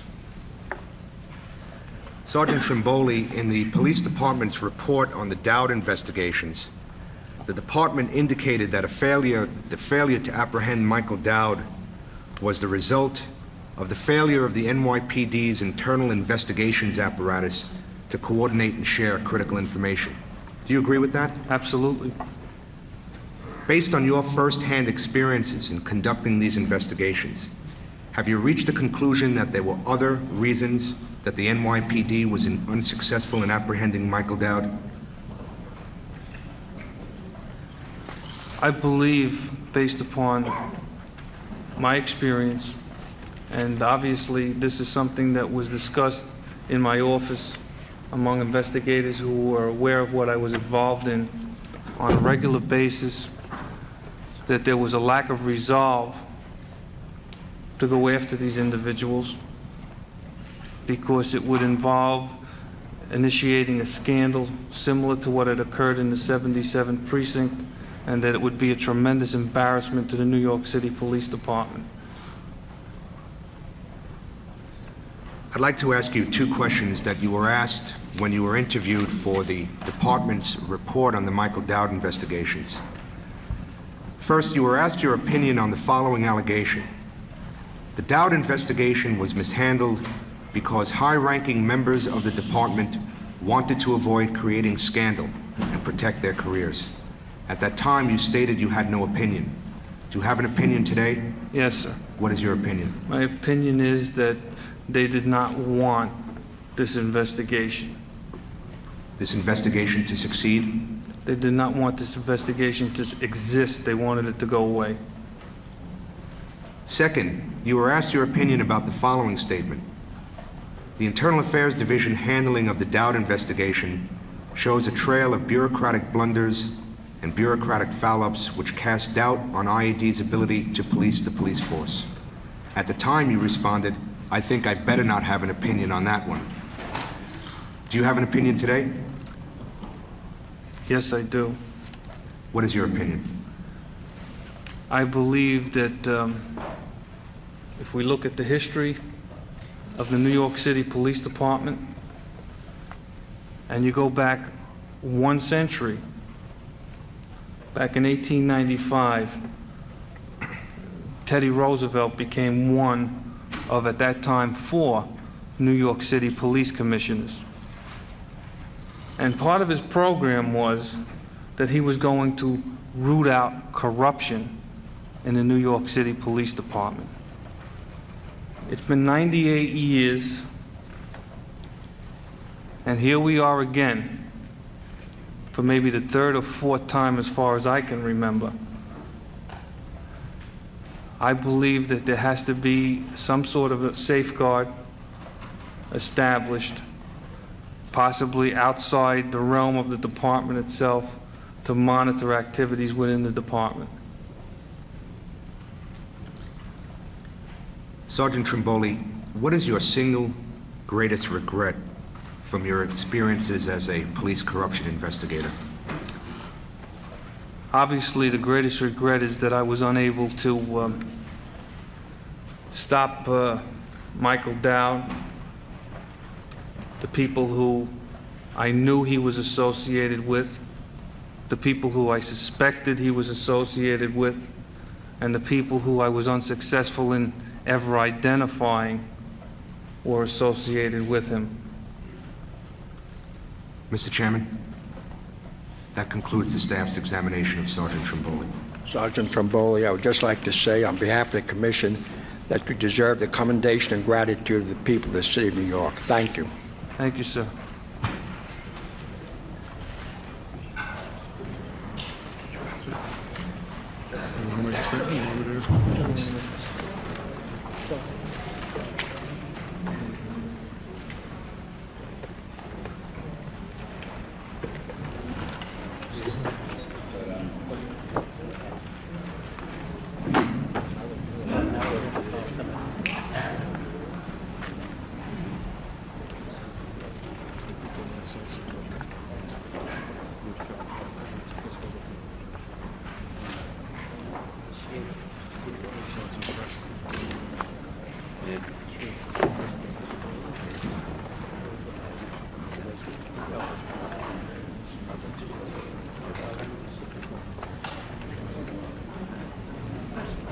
Get through it now, right?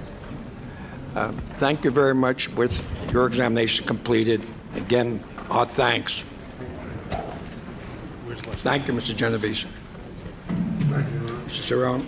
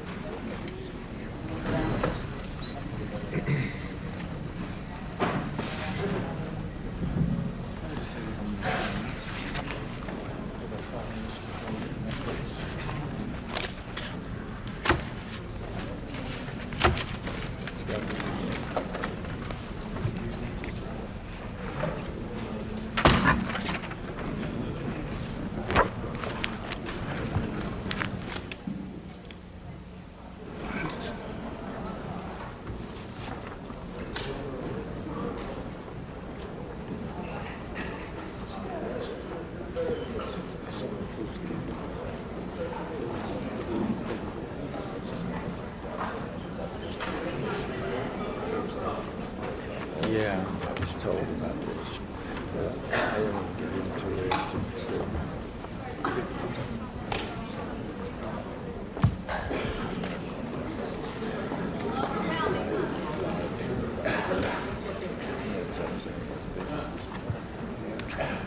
Joe?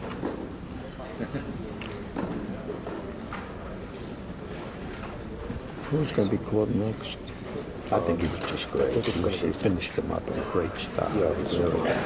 Yeah, he even volunteered. You couldn't even get to ask him no question. Yeah, let him volunteer. Yeah.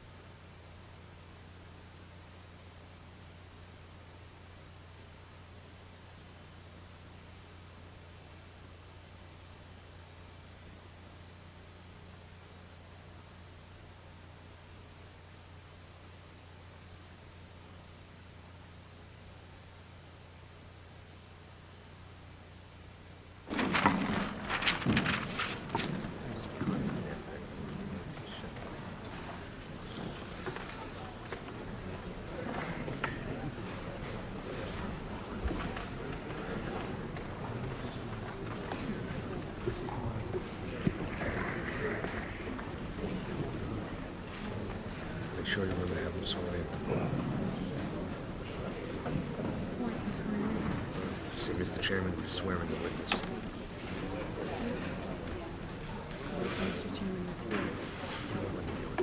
Just work it.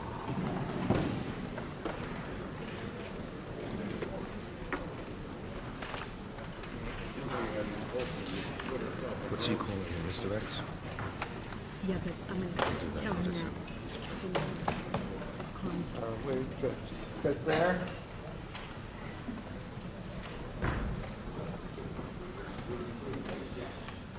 Are you ready to proceed? Your Honor, the next witness who will appear before the commission will be identified as Mr. X. I would ask that Mr. X stand. Mr. Chairman, would you swear in the witness, please? You solemnly swear or affirm that the testimony you're about to give will be the truth, the whole truth, and nothing but the truth, so help you God? Yes, I do. Thank you. Be seated, please.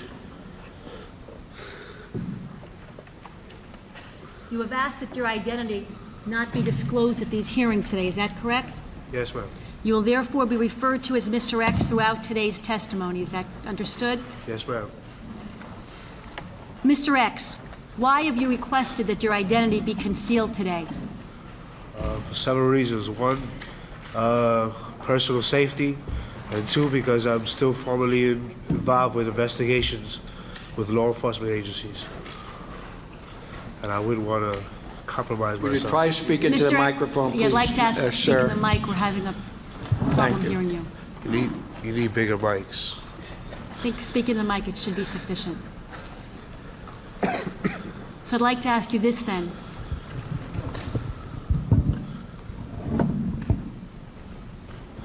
Given those reservations, why are you testifying here at all today?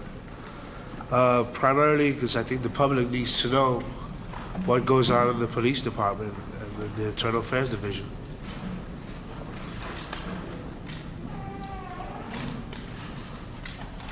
Has this commission made you any promises or guarantees regarding your testimony today? No, they haven't. Okay. Could you explain to the commissioners and the public what it is that you do in connection with law enforcement? I'm a confidential operative. I go into places where primary law enforcement officials or officers could not infiltrate. Because of my ties with the community, I have a free realm of a lot of activities. Can you tell us generally what law enforcement agencies you have worked for over the past years without revealing any information that would disclose your identity? The Federal Bureau of Investigations, the Drug Enforcement Administration, the Alcohol, Tobacco, and Firearms, the OCCB group in New York City, the IAD, FIAU, DOI, and various other local and state law enforcement agencies. Have you been registered with any of those law enforcement Yes, agencies? ma'am. I'm registered with all of them that I've just mentioned. Has any of your work with these agencies led to any arrests or to any convictions? Yes, they have. Could you tell us about that briefly? I have presently 48 convicted felons who, as a result of my assistance in investigations, have been convicted by a court of law. So many of those convictions were the result of trials? Some were, yes. Has the information that you've provided ever led a court to sign an order for a search warrant or for electronic eavesdropping? Yes, ma'am.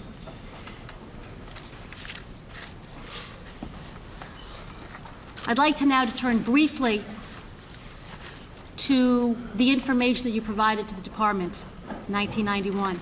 In 1991, did you provide the New York City Police Department with information about a group of corrupt officers in the 9th Precinct and about an opportunity to gather evidence against an entire group of officers engaging in narcotics-related corruption? Yes, I did, ma'am. Did you wear a body recorder and work with the Manhattan South FIAU, purchase drugs from one particular police officer in anticipation of developing evidence for an event that we'll hear about a little later?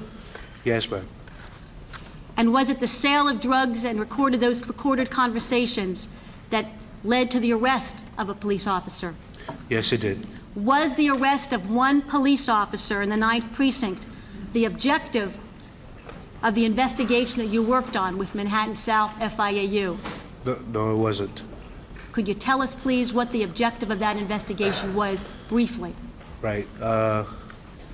The investigation was to include various police officers in the 9th Precinct that were engaged in narcotics use, and there was a barbecue that was going to happen in which all these officers were invited and told that some drugs will be available, but they should BOD, bring their own drugs.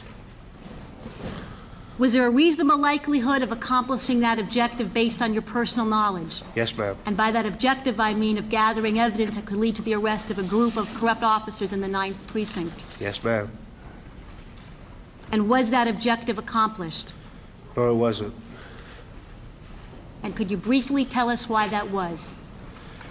The case suddenly was interrupted, and it was stated that the officer in question would be arrested, and that in standing canceled the rest of the case, because without this particular officer in play, there was no barbecue. We'll get back to that, to the investigation in a few minutes, and that's going to be the focus of your testimony today. But at this point, I'd like to back up and focus on how it was that you obtained information which led to the arrest of one police officer and could have led to the arrest of a network of police officers. I had personal knowledge through the fact that these officers would sometimes come to my place of business. Okay, we'll get to that in a moment. Let me just first go over your personal background. Are you from the New York area, Mr. X? Yes, I am. How old are you? I'm 30 years old plus. And you're saying plus, so it's not to reveal your date of birth, the year you were Yes, born? I don't want to give any specific details. Do you have any children? Yes, I do. Do you have a criminal record? Yes, I do. Could you tell us I about have that? a misdemeanor conviction in the Bronx. Do you understand that the oath that you took today requires that you testify fully and truthfully? Yes, I know. Do you understand that if this commission learns that you have failed to testify truthfully and fully, that we will refer your case to prosecutors for perjury? Yes, that's understood. What would the impact of committing perjury be on your career as a confidential operative? Well, if I was caught committing perjury, or if I was lying to you or anybody else, well, what it would do is ruin my credibility for the future dealing with the people that I deal with. It's my credibility that makes me so effective. You'd ruin your credibility. Is that because there are some law enforcement officials that do know your identity today? Yes, there are a lot of law enforcement officers who know my identity. Do you understand, before we begin with your testimony, that you're not to reveal the names of any police officers in your testimony, current or present, with the exception on occasion of the one police officer who was arrested and whose name is a matter of public record? Yes, I do understand this. Are you ready to proceed, Mr. X? Yes, I am. Have you ever participated in or witnessed corruption by members of the New York City Police Department in the 9th Precinct? Yes, I have. Can you first tell the commissioners and the public exactly where the 9th Precinct is? The 9th Precinct is located in the East Village. What kind of Fifth precinct? Street. I'm sorry. 5th Street, all the way from about Broadway to the water, East River, and from 14th Street to Houston. What kind of a precinct is the 9th Precinct? The area itself or the precinct house itself? The area itself. What I'm interested in is the kind of criminal activity. Oh, that you have occurs. Alphabet City there. It's one of the biggest drug supermarkets in New York City. So it's a precinct with the heavy narcotics trade? Yes, ma'am. Can you tell us about your experiences that you said when you witnessed or participated in corruption, starting with the circumstance of how that developed? Originally, I was introduced to an officer and okayed to an officer by someone that I was working with. And vice versa, the officer was introduced to me that I was okay to deal with. And that officer then took in confidence the opportunity to utilize narcotics with me, in front of me, and in my establishment. And could you tell us about that establishment and how, in any way, that establishment helped you in developing relationship with any police officers? First, before you begin, I'd like to just set the time that we're talking about now. Is the time frame approximately 1989? Yeah, the time period is about 1989 until about the beginning part of 1991. Okay. Could you proceed then? My establishment was located conveniently on 3rd Avenue and, 3rd Street, and the officers would find it very convenient and comfortable to come into my establishment numerous occasions and use narcotics and alcohol while on duty, before getting off duty, before getting on duty. It seemed to be a centralized meeting place. So you're saying that a group of cops, well, were they on duty and off duty, would hang out in your shop, that engage in narcotics? Primarily on duty, yes. And also drink alcohol? Yes, ma'am. While on duty. Approximately, could you tell us how many police officers you're talking about that would hang out in your shop engaging in these activities? Approximately 12. Approximately 12 police officers. And you base this on your personal knowledge? Yes, ma'am. Who else, if anyone, was hanging out in your shop other than police officers? There were myself, my coworker, various drug dealers from the neighborhood. Dealers from the community? Yes. In the 9th Precinct? Yes. Would hang out in your shop? These were drug dealers that were associated with the police officers, especially the officer in question. They were very good friends with him, so it was very convenient for them to come and associate in my place of business. I just want to make sure that we're understanding what you're saying then. That you're saying that if a group of police officers would hang out in your shop, often while on duty, engaging in the use of narcotics, drinking on the job, and associate hanging out with local drug dealers from the community. Yes, ma'am. And can you tell us once again what's your basis for this knowledge? I at times participated with these officers, and I was there. It was my store. How would these officers get to your shop? Sometimes in their vehicles, sometimes in their scooters, sometimes on foot patrol. And when they would get to your location on a scooter or in their vehicle, where would they park these vehicles? Either right in front of my shop or right next to my shop. There was a restaurant, so it looked very convenient for the vehicles to be parked there. And for how long a period of time would these police officers leave their vehicles unattended and hang out in your shop, engaging in the activities you just mentioned? Anywhere from 1 hour to 4 or 5 hours, sometimes the entire tour. And during this time, 1 to 2 vehicles or however many vehicles would be left unattended in front of the shop? Yes.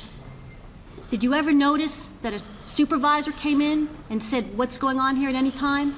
No, ma'am. Did any supervisor, a member of the New York City Police Department, other than the group of officers that would hang out there, ever come in and say, "What's going on"? No. Based on your, I'm sorry. These officers had a tactical plan. Where my store was located, it was easy to observe the oncoming traffic from 2nd Avenue.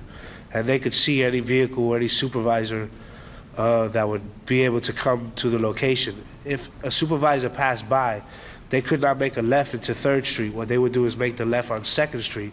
And by the time anybody had come around, they would be gone from the location. This only happened once or twice, I believe. So your shop was selected as a hangout then because it was a safe haven in some respects? Because of its convenient location, yes. And how do you know that? They had mentioned this. This was stated. From my shop, it was a half a level off the street, and you could observe the entire street level. And they'd boast that this was good for them because they could see people coming, if necessary. I'd like to go back to something that you mentioned a few minutes ago, which is the use of narcotics by certain police officers. Based on your personal knowledge, how many police officers were engaging in the use of narcotics in your shop? About 5. 5 that I could swear to. And when you say you could swear to, what do you Means mean? I either were engaged with this usage or I had observed them visually. What kind of drugs were they using? Cocaine, And when you engaged, sometimes marijuana, but basically cocaine. and this was while these officers were on duty? Primarily, yes. Primarily, while they were in uniform? Yes. What time of day was it primarily when they would engage in this activity? Usually this activity started around 2 o'clock in the afternoon and sometimes ended at 11:45 at night, right before the midnight tour canceled or was about to finish. And how often were these police officers, this group of 5 officers in particular, engaging in the use of narcotics while on duty in your shop? At any given time, once, twice a week, 3 times a week. It was never steady. Sometimes, if there was a pay week, you saw them early that week to all the way to the next week. Mm-hmm. They'd be there every day, or different officers would change. Basically, it was the same group of officers. It was like a crew, the whole steady group. Mm-hmm. Were there other police officers that were ever present in the shop that were not engaging in the use of narcotics, that were observing these other police officers? Yes, there was. And how did those police officers react to the fact that their colleagues were engaging in narcotics while in uniform, while on duty? Well, a lot of them would, those that did come into the shop and knew the activities that were going on would either laugh it off or say, hey, what you guys doing? You know, we're about to get off. And then they would all chuckle and they would go. Did any of those police officers ever say, you're on duty, you're a New York City cop, what are you doing? Viewing No. lines of cocaine in a shop? No.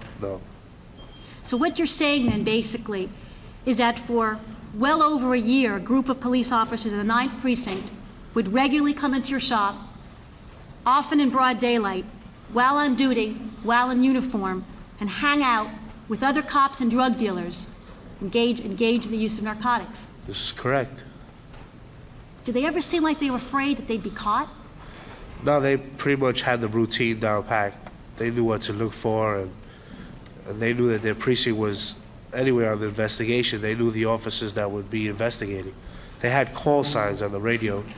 If somebody was in the sector or there was somebody like an investigator or supervisor coming in the area, they would get some type of call sign on the radio. What do you mean by call sign? On the radio, it would be a code. I can't really recall the exact words, but usually it was the name of a girl or something, or it would be an accidental bleep on the radio or something. To tip them off that IAD or law enforcement was in the The area? investigators were in the area, or somebody supervisory was probably in the area, or doing roving or whatever. Mr. X, you're not a cop. How do you know this? They educated me. What do you mean they educated you? The cops educated me. Through their boast and through my dealings with them, I learned different things from them. Also, through my dealings with other law enforcement agencies, I learned typically the procedures and the way the department does things. One other question on this subject. Why is it that this group of police officers felt comfortable engaging in the use of narcotics openly in your shop? How'd they know they could trust you? First, I had done cocaine with one of the officers in the past, and he gave me the in to the other officers, so he okayed me, so the rest of the officers accept me. I want to turn to drinking just briefly. How many police officers were regularly engaged in drinking alcohol on your premises? Out of the 12 that I mentioned, I would say pretty much all of them on or off. And again, would these police officers be drinking alcohol while on the job Yeah, like I said, on or off. and in uniform? Yeah. And did any of these police officers ever drink enough so they reach a state of intoxication? All the time. How do you know that? First, it was visually obvious, and other times it would be that they would be so high that they could not go to radio calls.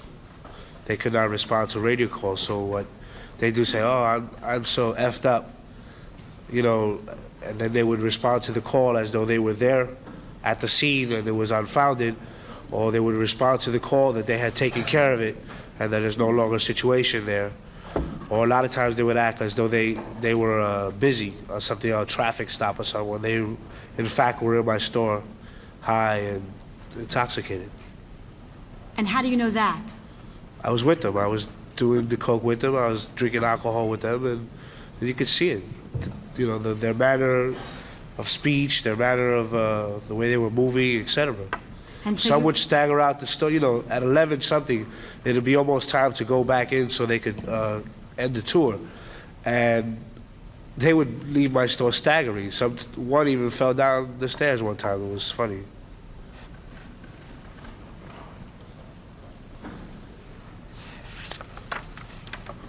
Were there any other acts of corruption that you have personal knowledge that this group of police officers in the 9th Precinct were engaging in?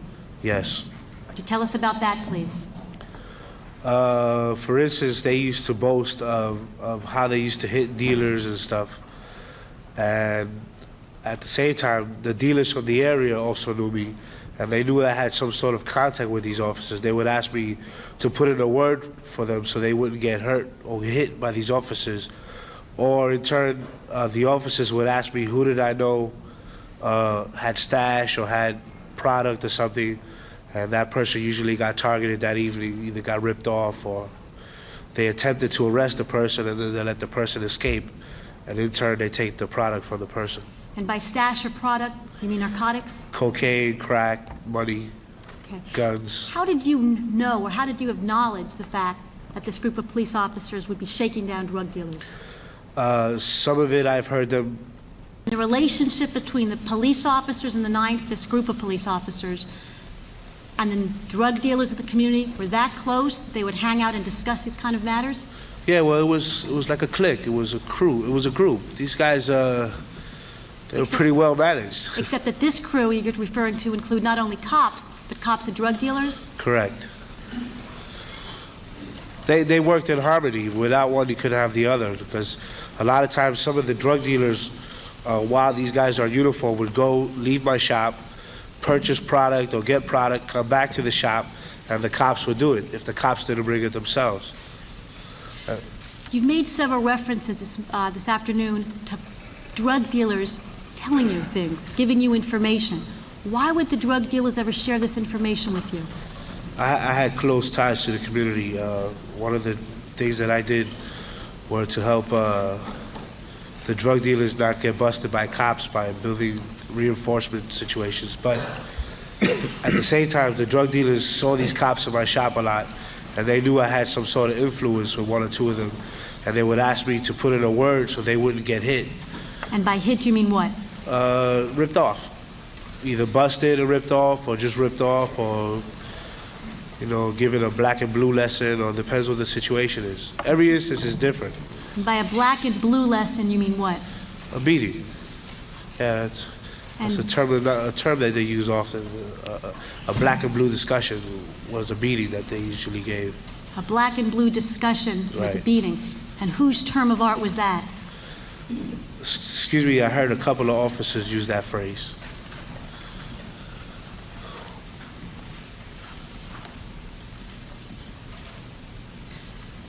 Was there any other information that you had about acts of corruption that police officers were engaging in the 9th Precinct?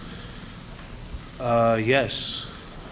Some of it to do with the dealers, some of it to do with them informing the dealers that the TNT was in the area, some of it being that they would go to certain stores that they knew was selling drugs, and there were also safe havens such as my shops. I mean... So they were leaking information, you mean? Correct. And what kind of information? Some of the former officers from the 9th Precinct had gone into the TNT squad, and when those squads were about to hit areas of the 9th Precinct, they would get in touch with some of the officers that used to hang out in my store, and those officers would in turn tell their friends, look, keep it cool tonight, don't have much shit, you know, or send a dumb guy in there with a little bit of product in case you get hit. And by TNT, could you tell us what you mean? Tactical narcotics team. Do you have any knowledge of what these police officers were getting in return for the information they were sharing with people on the street? A lot of times free drugs, a lot of times money, a lot of times hookups. There was a lot of trading and bartering of different things, guns, cocaine. I mean, it was very frequent to do a favor for a dealer and get drugs, especially they all like to use. So there was nothing more than getting a free passe, as they called it. Those are pretty powerful statements you just made. I'd like to ask again what your personal basis of knowledge is for the fact, for what you've just said, that these police officers were leaking information to drug dealers and others in the community. I've been there. I've seen them. I've spoke to some of the officers that were even on TNT that have come by in another car. Spoke to some of the officers that were hanging out in my shop. Then they go by. Then the guy says, "We got to watch out for this sector. We got to watch out for this. They're going to come here, et cetera, et cetera." So you'd overhear it in the shop? Excuse me? You'd say you would overhear this in your shop? Yeah, they would tell it to me as a part of a boast. I mean, just, you know, it was common to get the information and say, oh, we have to warn this one, we have to warn that one. But you said before, as part of a boast. Could you explain what you mean by that? Well, they always wanted to seem, you know, real superior, and as though they ran the area, they ruled the streets. So in doing so, they had to exert their power, you know. And to help a drug dealer out, that meant the drug dealer owed them a favor, especially if it was a tight buddy of theirs, which they had many. Now, was this a common practice? Yes, ma'am. Based on your personal knowledge? Yes, ma'am.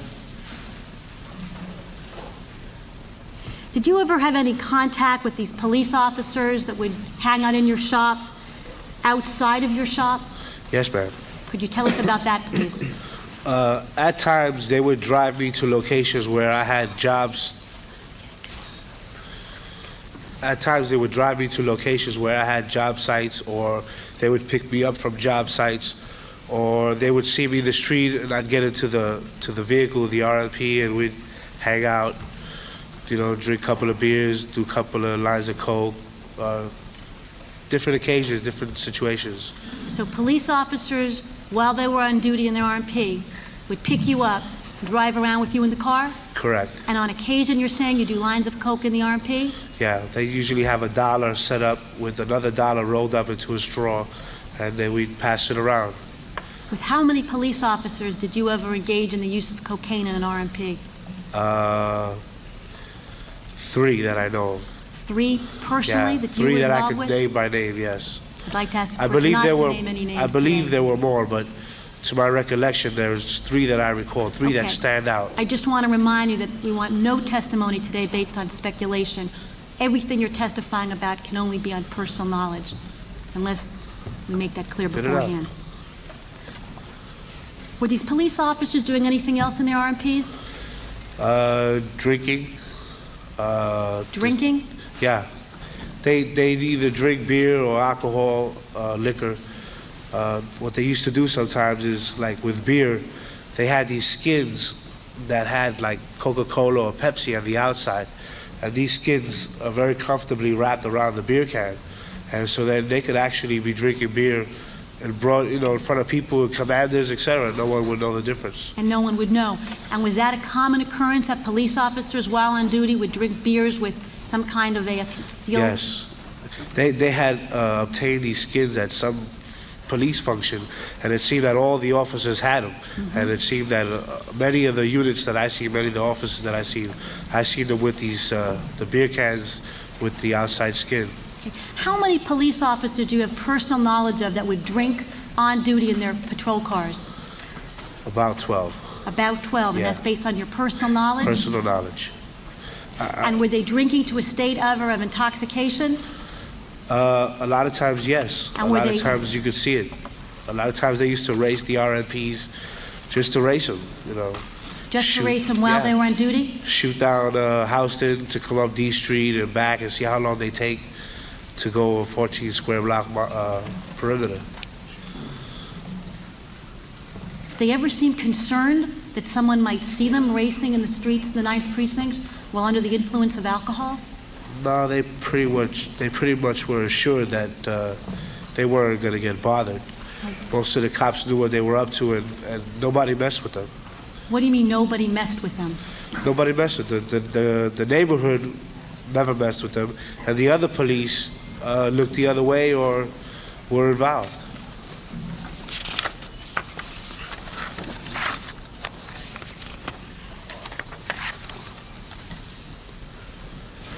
Before we turn to the next segment of your testimony, I just want to refer back to a reference you made before about guns. Do you have any knowledge of police officers engaging in any corrupt activities in connection with guns? Yes, ma'am. Could you tell us about that? Two on personal knowledge and one on an officer's admission. Once I seen one officer give a gun to my coworker who had taken off of a drug dealer and had no use for it. And another time I saw another officer sell a gun to another officer. And it was supposed to be a good throw gun, a good piece. And by a good throw gun, you mean what? It was small enough to conceal that if in case they ever got in a situation where the perpetrator needed to have a gun on them, this gun would be easily accessible to put on the perpetrator. It was a small, like a 25 or something to that nature. It was a small gun, I remember it. It was silver with pearl handle. And that these police officers would then steal these guns and either give them to other officers, or you're saying resell them to dealers on the street. Yes. Was that a common occurrence, do you know? To my knowledge, yes. It was very common. A lot of times they didn't keep but only one dirty piece in their possession. I'm sorry? I said it was known to me that they only kept about one dirty piece on their possession or close to them. Usually they would find some way to dispose of it by either giving it away or trading it in for a favor or selling it, or vice versa. And during the 2 years that these police officers were engaging in the acts that you just discussed, did the police officers ever seem concerned that a supervisor or anyone within the department would ever ask them what they were doing? No, they seemed to know who was coming, when they were coming, and they had it pretty well arranged.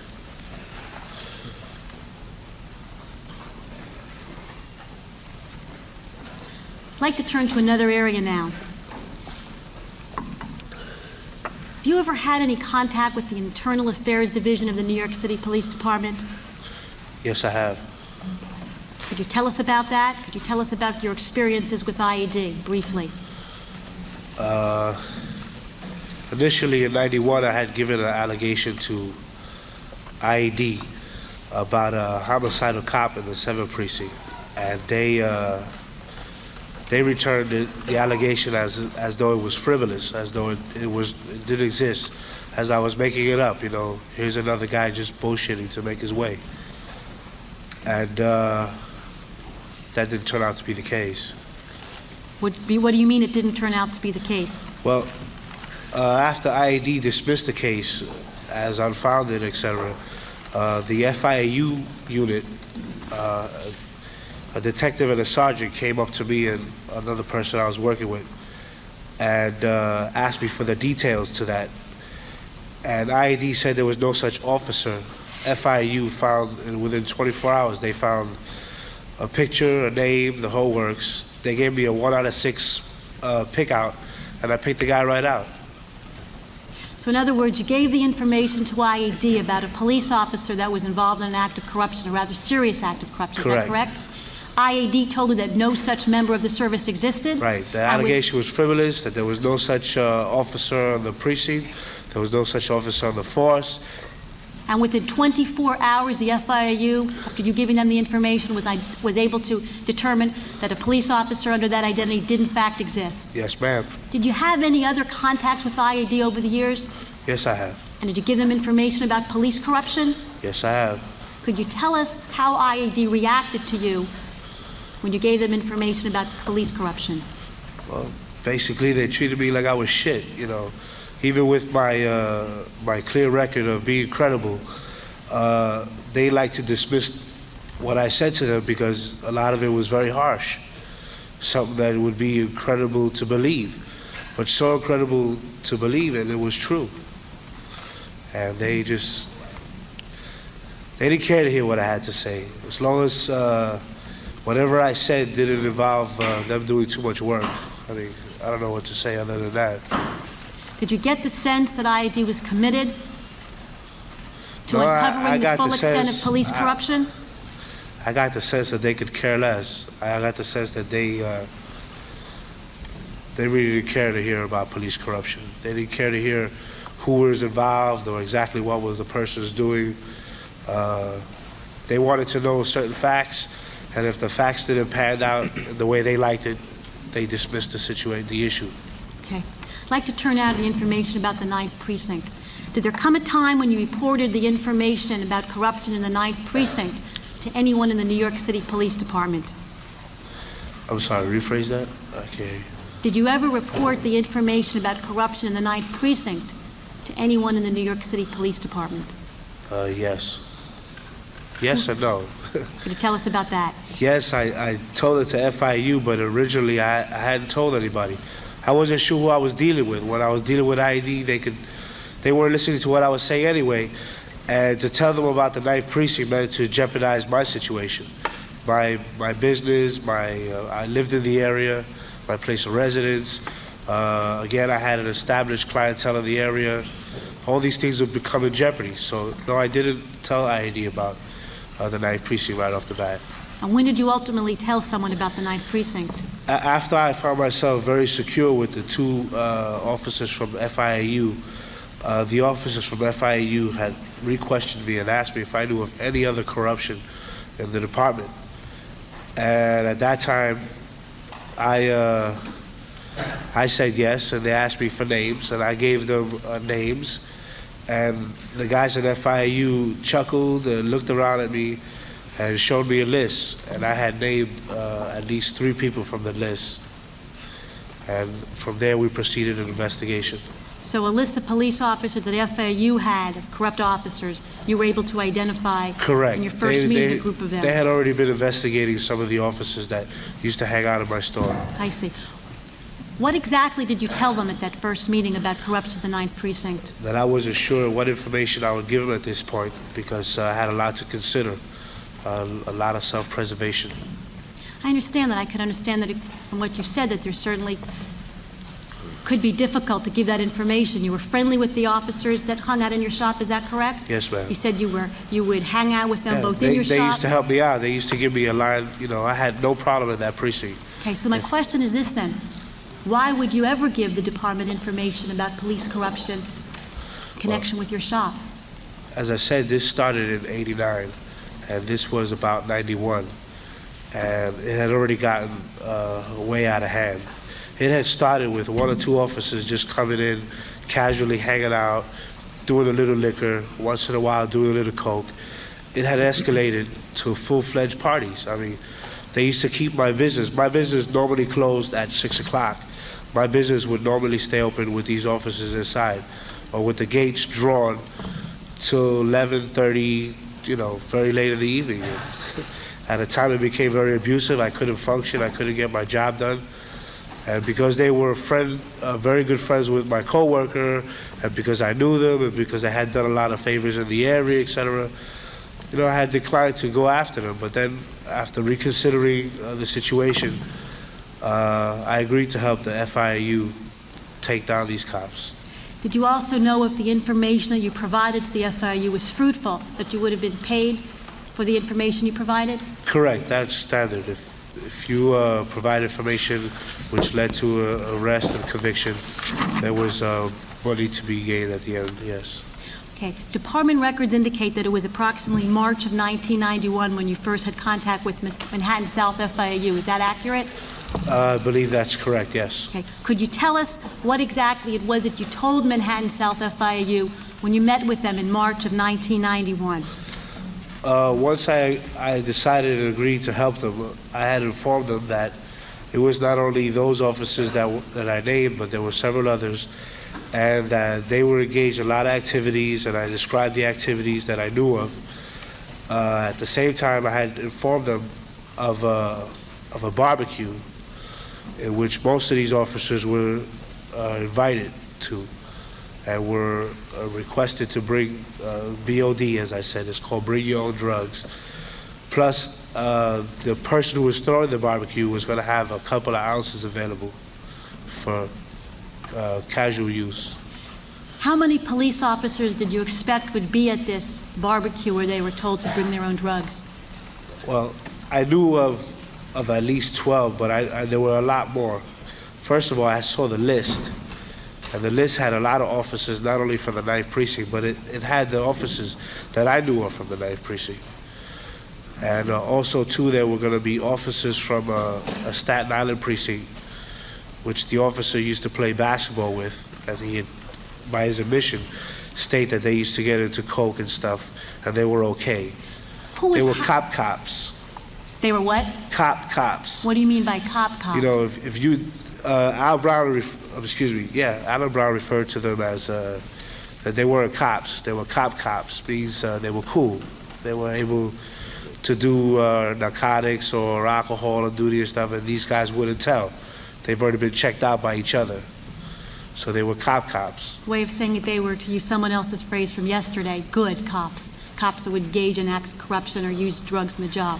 Yeah, but in this particular instance, the word was cops. I see. Well, excuse me. Now, you say that you saw a list. Who was having this party specifically? Say again? Who was having this party? Alan Brown. And Alan Brown was a police officer in the 9th Precinct? He was a police officer at that point, yes. Other than cops, did you know of anyone else that was going to be attending this barbecue? Myself was invited along with other friends of mine. My co-worker was invited. A lot of the cops that used to hang in my store were invited.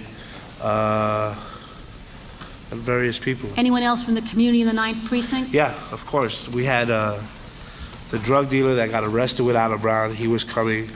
A couple other drug dealers that were from that street. So at this party that this police officer was having, this barbecue, there were going to be at least 12 police officers, and in addition to that, other drug dealers that they hung out with in the precinct? There was 12 that I knew of, but there were also more that I didn't know their names. Okay. And yes, there were drug dealers that were invited.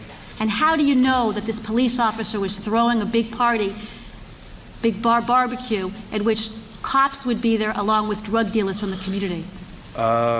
He did the invitations in front of me a lot of times. Guys would be told, hey, I got this barbecue, whatever, you better come. You know, it's BOD, but I'll have something available, etc. And bring your girl or whatever, you know. When was this barbecue supposed to take place? I believe around the 4th of July time, So the 4th weekend of July, of the 4th of July weekend. 4th of July weekend, 1991. Correct. And this was now March 1991, is that correct? Correct. Did you think that it was unusual to hear about a barbecue or party 3.5 months before the event? No, when they like to do something, they like to do it right and big. And Brown liked to do things big. And this was going to be something that was going to be big? All the main buddies were going to be there. Some former cops that were discharged from the department were going to be there. A lot of known drug dealers were going to be there. A lot of known cops were going to be there. Okay. So you gave the Manhattan South FIU this information in March of 1991. How did they react to the information about this barbecue that was going to occur? They were enthusiastic. They had considered it to be one of the avenues they would take to close a lot of other cases that they had that were unsolved or unfounded or just in their files. And what this barbecue would have done would have tied these officers in the scene of the crime, as you would say. Mm-hmm. They would be there caught doing their drugs, partying, all high, and at this point there was supposed to have taken place a raid with myself being wired and another person being wired. Okay. And at times it was also considered that I would go in with an undercover officer In fact, I even asked Brown if I could bring somebody. And he said, yeah, bring whoever you want. And I basically meant that I would bring a female companion. And he said, I don't care, bring whoever you want. You know, he trusted me that I would bring somebody that's cool. So you and the Manhattan South FIU then had developed a tactical plan for infiltrating this 4th of July barbecue. Is that what you're saying? Correct. Had you ever been asked to wear a wire to that barbecue? Yes, I was. Did you agree to wear a wire to that barbecue? Yes, I did. Did you ever make plans to have another police officer, a female police officer, accompany you to that barbecue? That was evaluated, yes. That was reviewed, and that was supposed to be the plan, yes. And in fact, did you ask Police Officer Brown if you could bring a guest to the barbecue? Yeah, I okayed it with him. He said, yeah, bring anybody I want.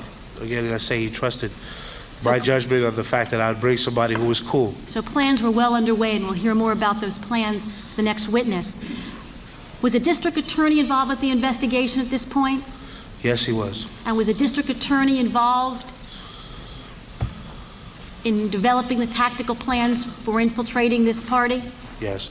The Okay. district attorney became aware to me at the beginning of the case, way back in March, when we had proposed that the tactics we would use to catch these officers. And you were at meetings with the assistant district attorney? Yes, I was. And what was the assistant district attorney's reaction to the potential that this case had? He loved it. It was going to be a great case. We were going to get a lot of arrests.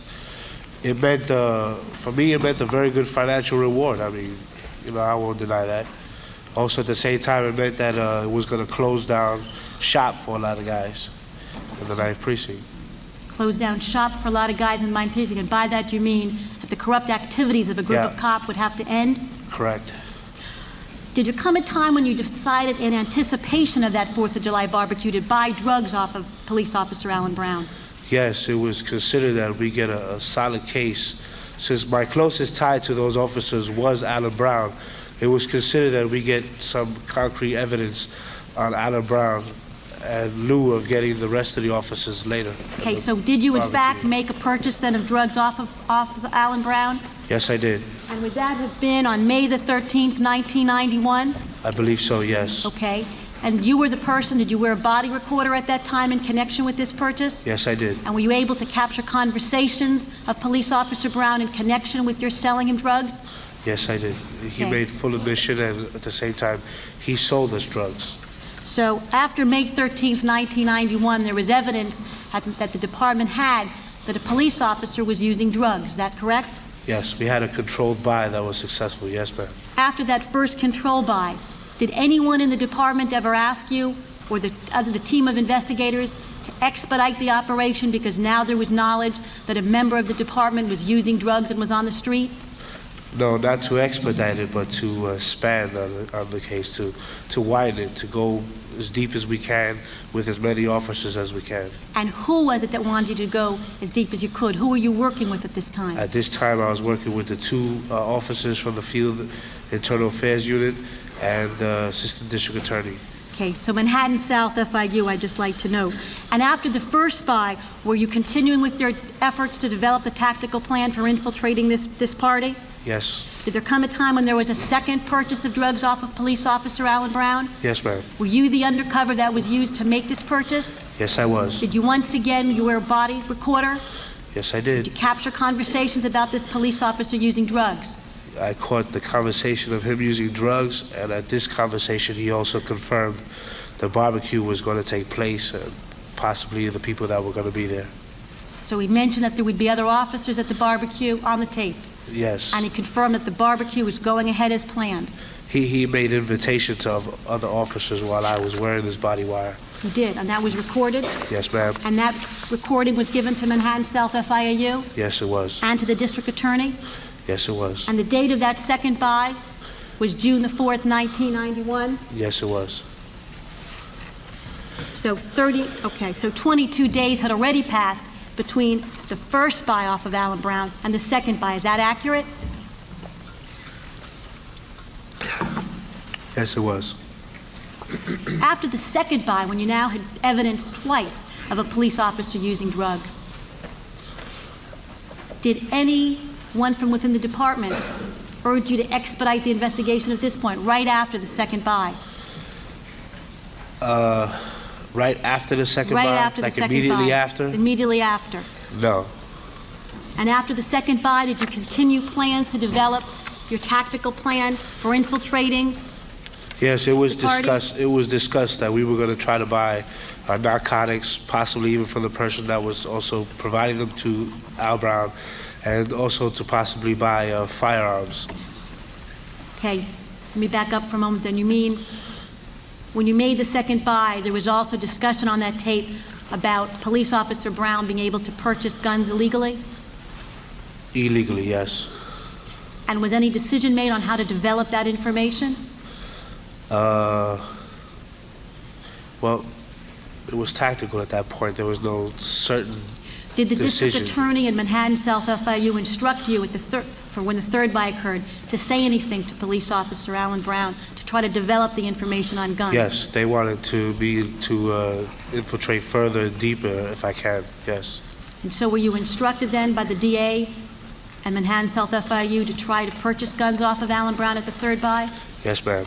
And what was the purpose of these purchases of drugs off of Alan Brown? Was that the objective of the investigation? No, it wasn't. It was to build a foundation for the entire investigation, which really was all the cops that were alleged to be bad in that precinct. Okay. Now let's get to the third buy. The date was set for the third buy of June the 14th, 1991. Is that correct? Yes. And that was 22 days before the barbecue that had been the focus of your investigation. Is that accurate? Correct. And at this point, you'd said that you had developed a tactical plan for infiltrating that party. Is that correct? Correct. You would agree to wear wire? Yes, I did. You were going to possibly be accompanied by another police officer. Is that accurate? Yes, ma'am. And other plans were well underway that we'll hear about from the next witness. What was your understanding of what was going to happen at that third buy initially? Initially, it was just going to be a controlled buy. We were going to buy whatever possible, whether it be firearms or narcotics. And we were going to elaborate more on people that were going to be at the party and try to get that on tape. And instead, what happened on June the 14th, 1991, 22 days away from the 4th of July barbecue? On that particular morning, myself and the person I was working with undercover were informed that that control buy would actually be a control buy and an arrest. What was your reaction to that decision, to that order? I was pissed. I was angry because we had developed a case and we had enough to make a very big case, and they were just willing to settle for one guy. And what was the reaction of the Manhattan South FIU investigators that you were working with? They were pissed off. They couldn't really show it as far as being angry, but they were very displeased that our case was being interrupted that way, or disrupted. Did they make their anger clear, though? Yes, they did. What was the reaction of the assistant district attorney that was working on this case? Also furious. You know who made that decision to arrest Officer Brown on that June 14th, June 14th day? It was my understanding that it had come from higher ups. Okay, we'll pursue that Well, in just a minute. Okay, go. When you say it was your understanding, what is your understanding based upon, factually? Well, here it is. I'm in a situation where I'm pissed off, and I'm saying, one cop versus 5 or 6, 7 cops. To me, that's more money. They're cutting my. I understand, but what you made a statement in answer to my first question that you understand was higher ups that ordered the arrest without waiting for the development of a case against a number of police officers. Is that correct? Correct. What do you base that understanding on? Were you told anything? I was told this, yes. I was told this by the officers that I was working with, that they were only at liberty to give me the response that it came from higher ups. There were other details to that. We'll get to that in just a minute. Before we get to that, which will be the final point today, I'd like to ask if you could explain to the public what the impact of the order that came down from within the department to arrest Alan Brown 22 days before the barbecue had on that investigation. It killed the rest of the case. And why was that? Because allowing this party to exist would have meant catching all these officers in the act. And if the party was cut down, then these officers would be alerted.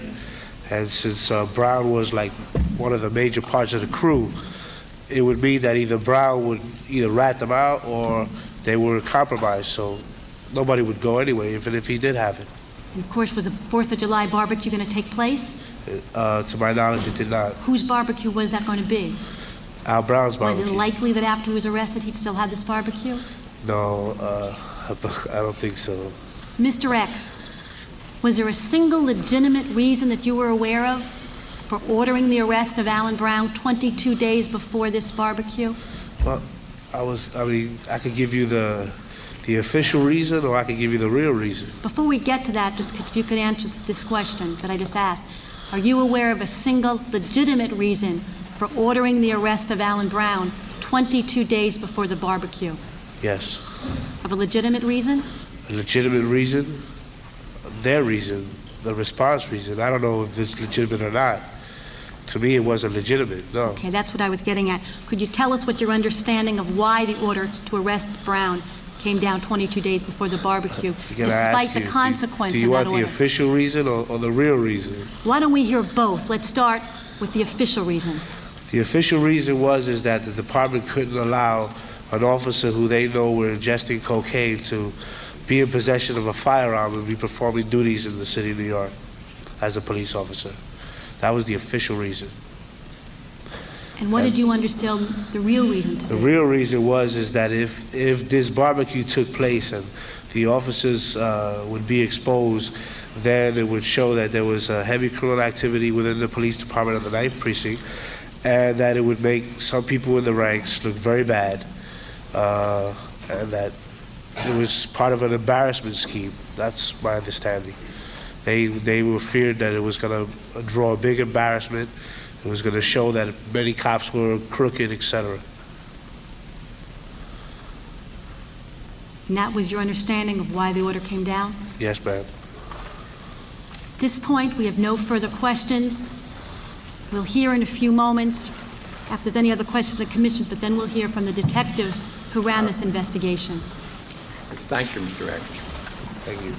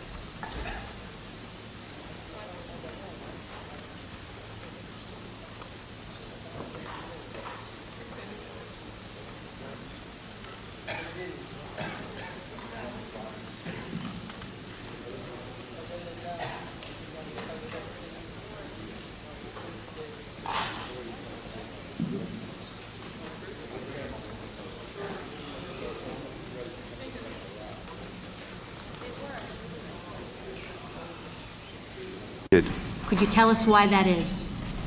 I'm still currently conducting a confidential investigation regarding internal investigations. Mr. Baker, to reflect that the New York City Police Department also asked that no photographs be taken, no visual identification be made of this witness because of the sensitive nature of investigations that he's involved in. You may proceed, Ms. Cook. Can you tell us what grade detective you are in the New York City Police Department? I'm a first-grade detective. Can you tell us what it means to be a first-grade detective? It's the highest-ranking detectives that you could achieve in the department. Where have you been assigned in the department for the last 22 years? In Manhattan South Field Internal Affairs Unit. Detective, are you the investigator who ran the case that Mr. X just described a few moments ago? Yes. And have you worked with Mr. X in the 9th Precinct case? Yes, I did. And was it his information and assistant as an undercover which led to the arrest of one police officer? Yes. How many cooperating witnesses have you worked on in your 22 years in Manhattan South FIU? Several. Many people, many cooperated. And how would you rank Mr. X relative to the other cooperating witnesses that you've worked with? Excellent. As an excellent witness, as an excellent informant.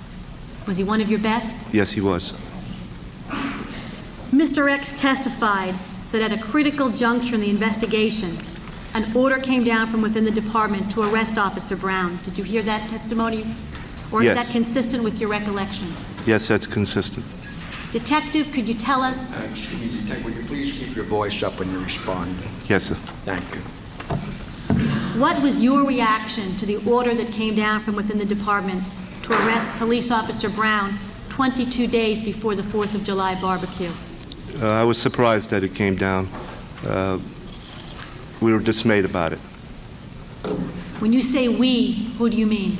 Well, me, the other investigators that were part of the investigation at the time, and the ADA's office. The ADA being the Assistant District Attorney? That's correct. Why were you, the other investigators working on the investigation, and the Assistant District Attorney dismayed, to use your language, by the decision to arrest Alan Brown at that point?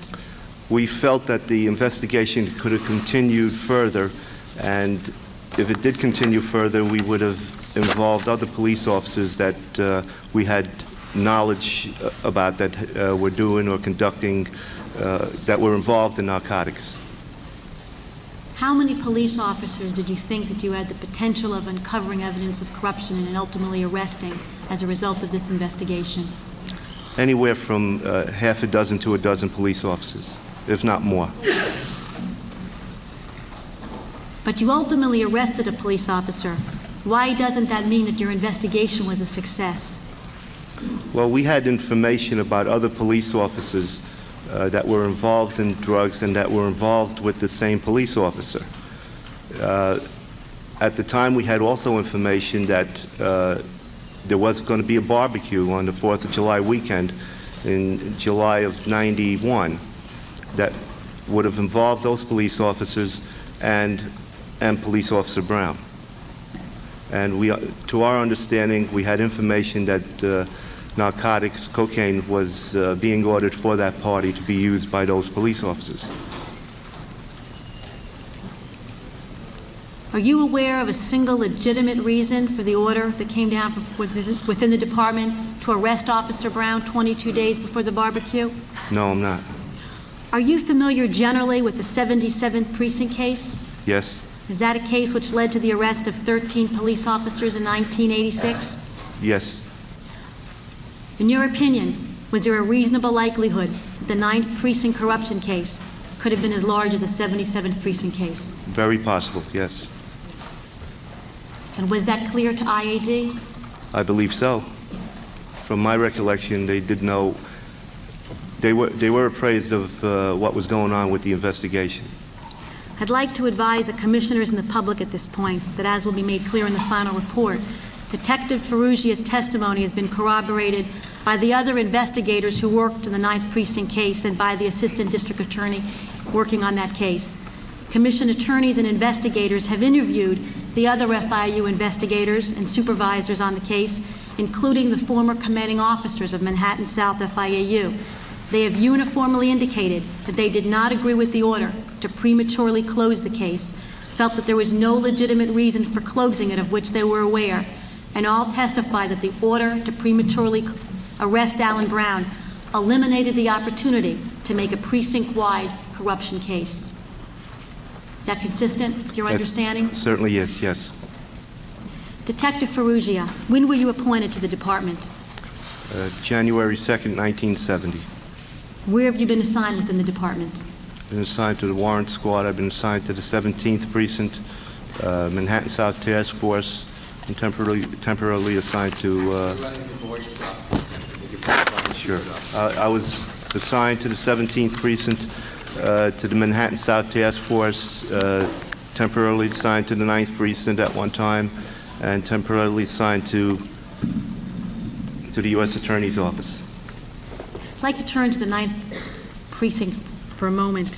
How serious a problem was police corruption in the 9th Precinct based on your personal knowledge? Well, I myself had conducted several investigations into 9th Precinct personnel, the extent of which led me to believe that the corruption or misconduct, serious misconduct in the 9th Precinct was widespread. And what type of police corruption was most prevalent? I believe corruption or misconduct dealing with narcotics. Do you know whether IAD and top commanding officers in the department knew about the allegations of corruption against police officers in the 9th Precinct? Yes, I believe they did know. During your 22 years in Manhattan South FIU, how many opportunities like the 9th Precinct case did you have? Let me rephrase that. How many precinct-wide cases for serious corruption were ever made in a Manhattan South precinct? I believe one, maybe two. One, maybe two in your 22 years on the job? Yes. And given that, how would you and the other investigators rank this 9th Precinct investigation in importance in Manhattan South FIU? As one of the most important. Did there come a time when Mr. X, I'd like to turn to the investigation now, did there come a time when Mr. X gave you information about police corruption in the 9th Precinct? Yes. What did he tell you at your first meeting?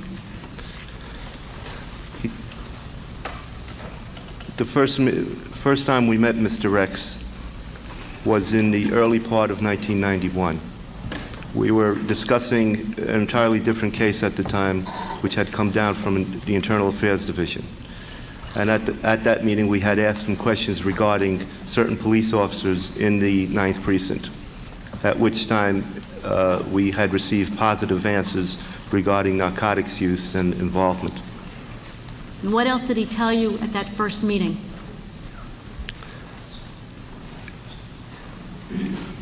He informed us about certain police officers that had used drugs in his presence. Okay. And he mentioned the barbecue as well? The barbecue was mentioned shortly after that first meeting. Okay. So shortly after your meeting with Mr. X, did you open an investigation in the 9th Precinct based on the information he provided you? Yes, we did. And what was the objective of that investigation? The objective of that investigation was to substantiate the allegations about the use or distribution of narcotics by Police Officer Brown and other members of the service in the 9th Precinct. And was there a particular event that you were targeting? Yes, the 4th of July weekend for 1991 was the event that we were targeting, that the barbecue was set for, and some of these officers, if not more, were invited to.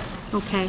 I'd like to turn to those officers for a moment. Let's first start with Brown. Had Police Officer Brown ever been investigated by the department before? Yes. Yes, he has. Department records indicate that there were over 7 corruption allegations filed against him in March of 1991. Is that consistent with your understanding? Yes, that's right. What was the nature of most of those corruption allegations? They were narcotic-based allegations.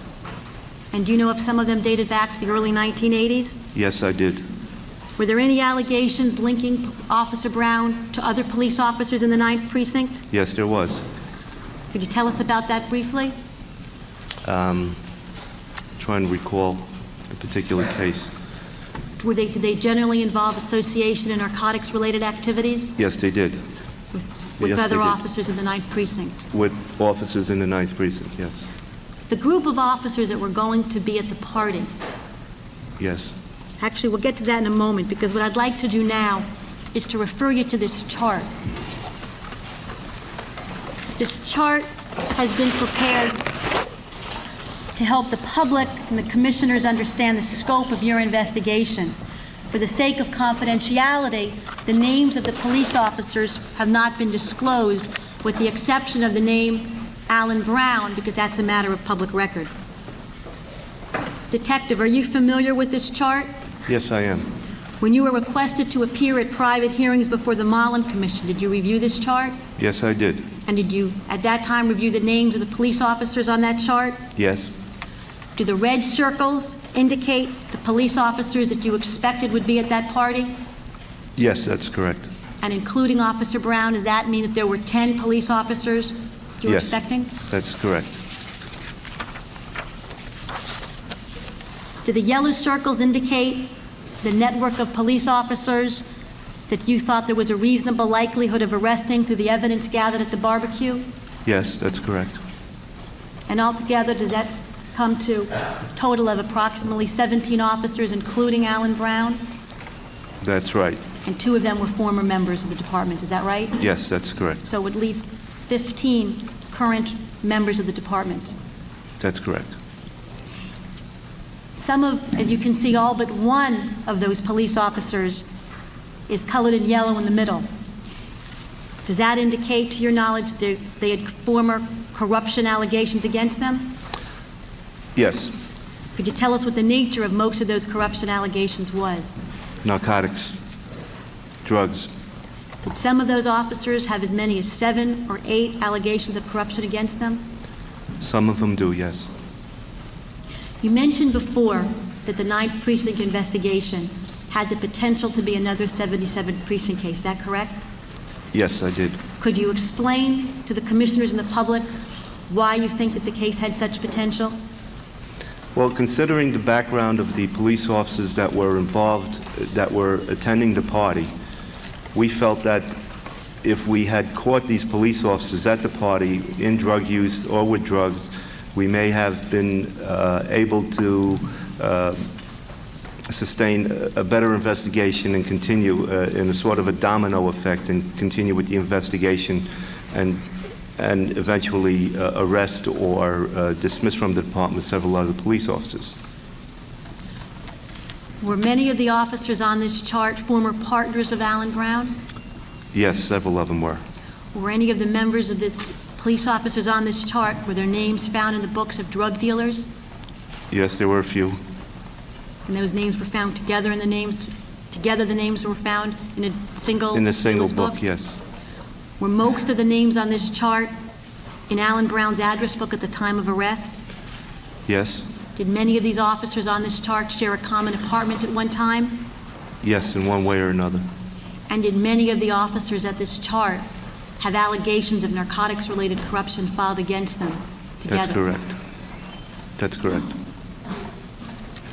So the network you're saying was quite strong, and the connection between this group of police officers. That's right. I'd like to briefly turn to IAD's involvement with this case. Do you recall attending a meeting in March of 1991 at IAD? Yes, I do.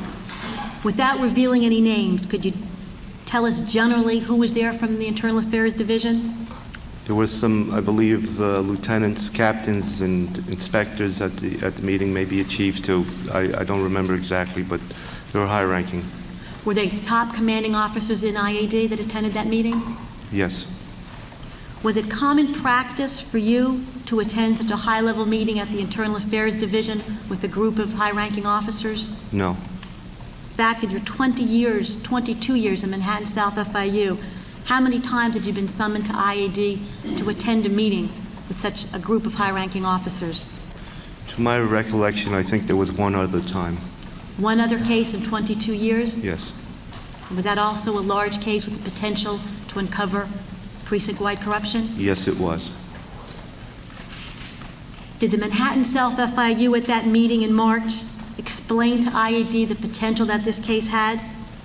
Yes, we informed them of the barbecue, we informed them of the drugs, and we informed them of the number of police officers that may be involved. Did IAD ask to be briefed regularly on the progress and development of that case? Yes, they did ask. And was that carried out? It was, yes. Records indicate that at the time of the meeting, the Internal Affairs Division was closing a 10-month investigation against 4 police officers who were the target of your investigation. Do you recall that? I did read the report that you offered me, yes. We'll get to that in a moment. Did IAD, at the time of that meeting, ever provide you with the files on that investigation? Did IAD provide me with the information regarding that case? In March of 1991. At that meeting? Yes. No. Did IAD even mention to you that they had closed an investigation that week involving 4 targets of your investigation. No, they never informed me about that. When did you learn about the IAD case involving those 4 police officers in the 9th Precinct? In spring of '93, spring of this year. So almost 2 years after that meeting, Excuse me? No, 2 months after that meeting. after the March Yes, 1991 meeting. that's I right. mean. I'm sorry. You said 1993, you Yeah. meant 1991? No, I meant spring of '93 is when I was informed about that particular case. So it would have been 2 years then after that first meeting with IAD? That's correct. How did you find out about the existence of that case? Through your efforts. So in other words, when you were subpoenaed to come to the Mullen Commission and we asked you questions about investigations and we asked you about that case, that's how you first learned about its existence? Yes, well, that time, I'm not sure of the time span here, but we had requested certain C-number cases which were not available to us before this year. And then we did find out that IED had conducted that investigation a year and a half before we got that information. Would it have been helpful to you to have that access to those files while you were conducting your 9th Precinct case? Yes, it would have.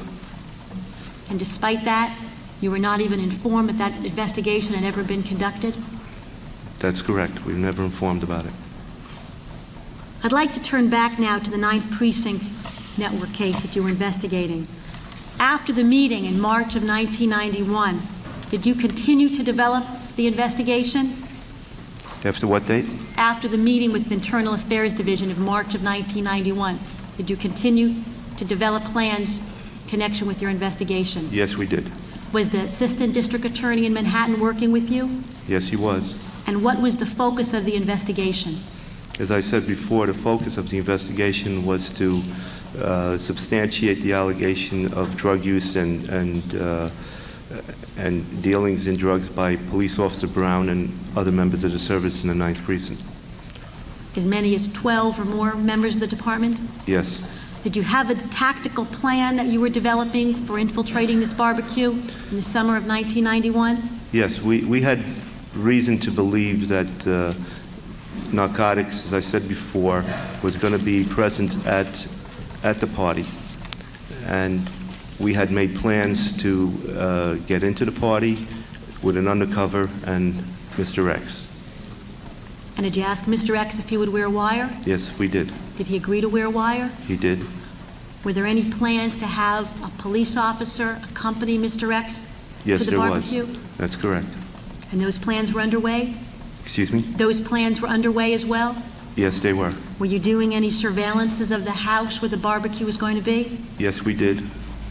We took photographs of the area, and we studied the area to see where we could set up certain surveillance vans. Where was this barbecue going to take place generally, if you could just tell us what borough? In Staten Island. And was it Police Officer Brown's home or a family member's home? Excuse me? Was it a family member's home that the barbecue was going to take place? Yes, it was. Did there come a point where you were working with the district attorney to issue warrants in connection with this investigation? Yes. So that the tactical plan had actually gotten that far? Yes, it certainly did. Did there come a time when you made a purchase of drugs off of Alan Brown? Yes, we did that 3 times. Okay, and was the first purchase of drugs on May the 13th, 1991? Yes, I think it was, yes. And after the first purchase of drugs, was IAD briefed on that? They were.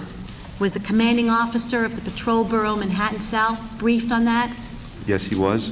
At that point, was anyone rushing you to make a second buy off of Police Officer Brown, now that you knew that he was a police officer using drugs? No, nobody was rushing us. Did anyone even suggest to you that you monitor Police Officer Brown more closely, now that you know that there's a police officer using drugs in the department? No. Was there any sense of crisis at all over the fact that he had now purchased drugs? Not that I know of. And after the first buy, did you continue plans for the barbecue? Yes, we did, and we made the plans, and we started making plans for a second buy. Okay, and when did that second buy occur? Beginning of June? Yes, I don't remember the exact date, but that was in the beginning of June. I think it was maybe June 4th.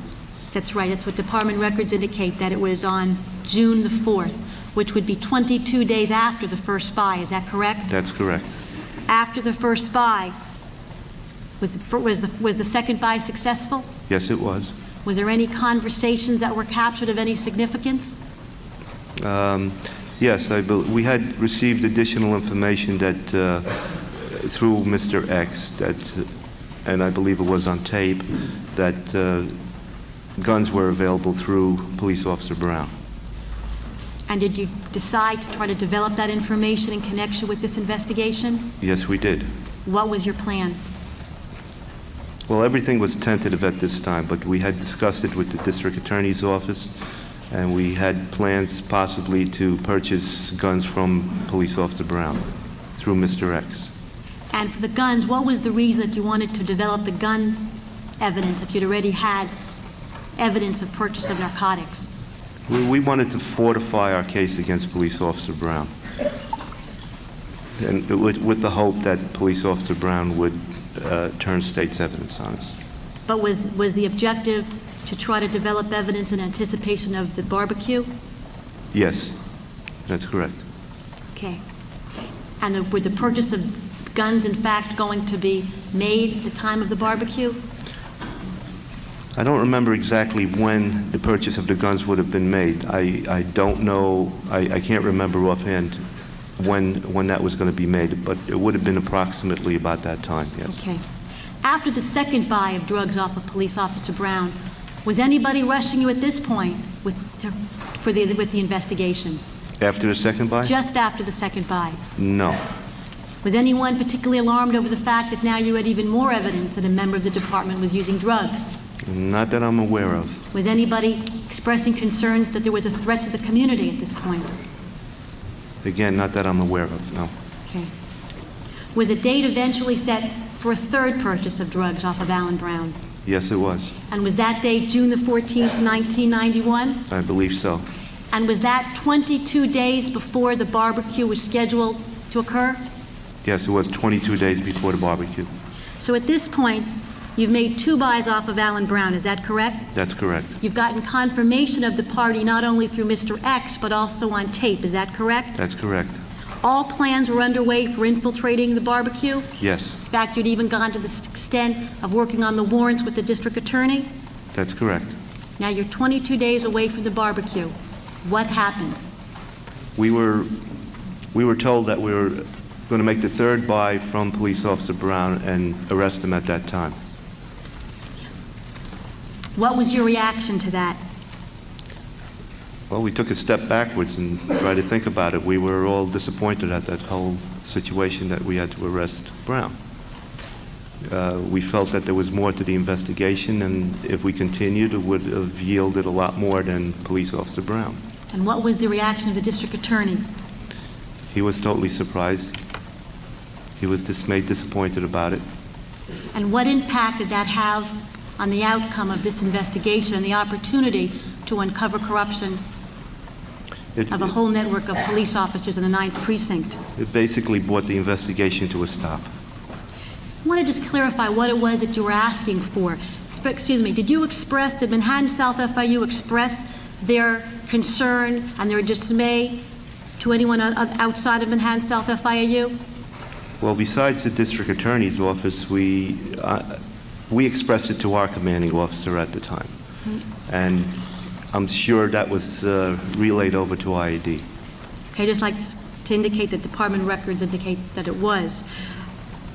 But what exactly was it that you were asking for? Was Manhattan South FIU suggesting that Alan Brown not be arrested? No, they were saying to arrest Police Officer Brown. You were asking for a delay of 22 days, is that correct? We were asking the delay to, so we could go ahead with the investigation and continue into the barbecue. Did the Internal Affairs Division understand what the impact of arresting Alan Brown 22 days before the barbecue would be? I believe they did. And was the Internal Affairs Division aware that all you were asking for was 22 days? Yes. Was the Internal Affairs Division aware that 22 days had passed between just the first buy and the second buy? That's correct. And despite that, the order remained? Yes, it did remain. I'd like to turn to that order for a moment now. Who communicated the order to effect the arrest of Alan Brown? I don't know who communicated the order. We got the order from our CO, which was Captain Miley at the time. From the commanding officer of Manhattan South? Manhattan South, yes. Do you have any understanding of who communicated the order to him? I believe he received it, or he had talked to the borough head at the time. The commanding officer of the Patrol Bureau? Patrol Bureau, Manhattan South. What was your understanding of who ordered the arrest of Alan Brown? My understanding from what I could remember is that I believe it was a combination of the borough commander and internal affairs. May I ask what you base that understanding on? Excuse me, sir? May I ask what information you base that understanding on? As to who directed that Officer Brown be arrested at the next by instead of awaiting the outcome of your further efforts to investigate other police officers as well? Just general conversation within the unit. I'd like to point out to the commissioners, to follow up on the chair's question, which is an important one, that the one area where memories of the top commanding officers in IAD and Manhattan South Patrol Bureau seemed to fade in the course of private hearings over the past few months was with who specifically directed the order within IAD. At private hearings, commission investigators and attorneys questioned the top commanding officers in IAD and the commanding officer of Manhattan South Patrol Bureau about who directed the order. When questioned, not a single commanding officer of IAD could remember who directed the order, although all agreed that the top commanding officers of IAD had been regularly apprised of the progress of that investigation, and all agreed that the order would have had to have been authorized by the top commanding officers of IAD or the chief of the Inspectional Services Bureau.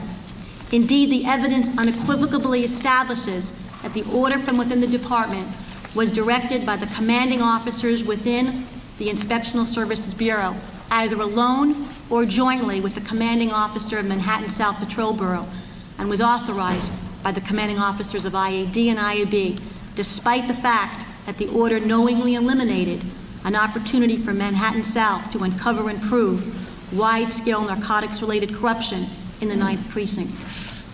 Detective, at this point I'd like to ask you, again, if you were aware at this point of a single legitimate reason for the order to arrest Alan Brown 22 days before the barbecue. Excuse me, say that again? Are you aware of a single legitimate reason for the order to arrest Alan Brown? No. Some officers and members of the department have suggested that the decision to arrest Alan Brown after the third buy and to prematurely close the case might have been based on a concern that he be taken off the street because he was a danger to the community. Do you agree that that would have been a legitimate reason? Well, that's one of the reasons that we were told, but I don't believe it was a legitimate reason at all. Well, Detective, traditionally, has that not been the reason given in other instances, if you know, where there are investigations as to possible corruption on the number of police officers, and a key officer will be arrested, and the reason given is to get him off the street and to take away his gun? I haven't had the opportunity to come across that. Have you ever heard about that policy? Yes. Yes, I have heard. In your opinion, as apparently a longtime member of FIAU, do you think that that is a valid reason to do so? Not in this case, no. And in fact, in your investigation... Wouldn't you suggest that it might be more important to get a larger number of police officers who carry guns off the street if they're corrupt cops?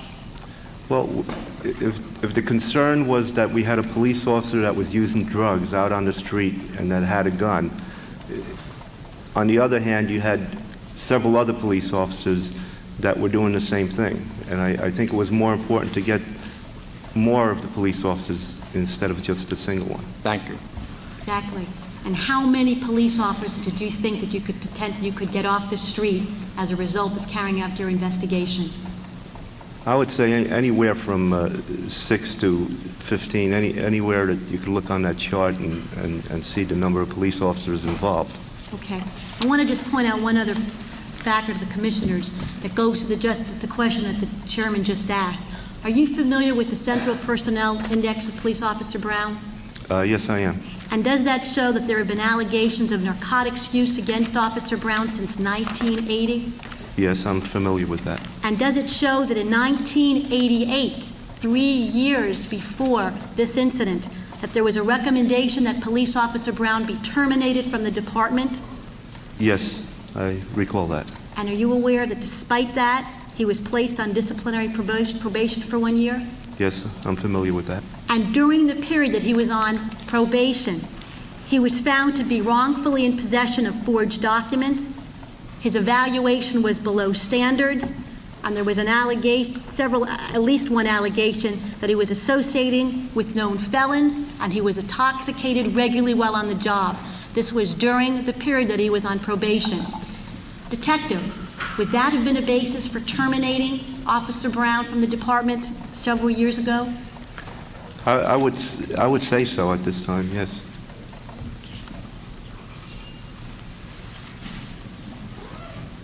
At this point, I would like to present to the commissioners and the public the testimony of 3 officers that were involved with the investigation. Are you through with this witness list? No, we're not actually. They're tape recordings, Your Honor, that we're going to play at this time.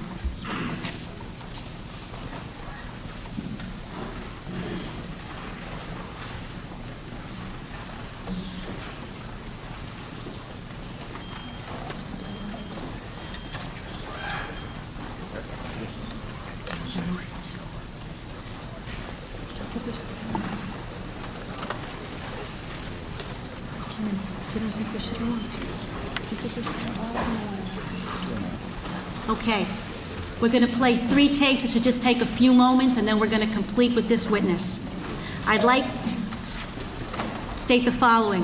When questioned about the impact that the 9th Precinct Network investigation would have had on the department if the investigation had not been prematurely closed as it was, a top-ranking commanding officer in IAD said the following when questioned under oath Just a moment, please. at a private hearing. Just a moment, please.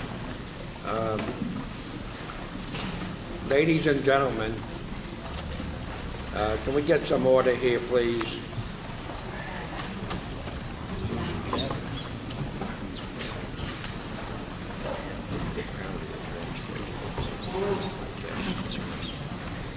All right, please, will you be seated?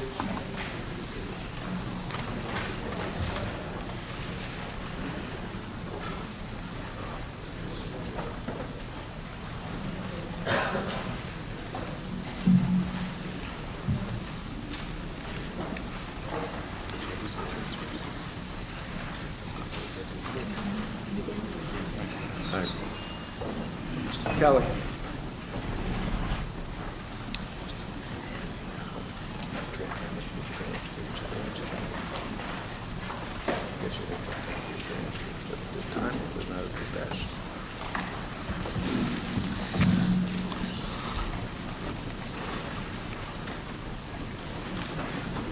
Mr. Kelly, will you please conclude that now?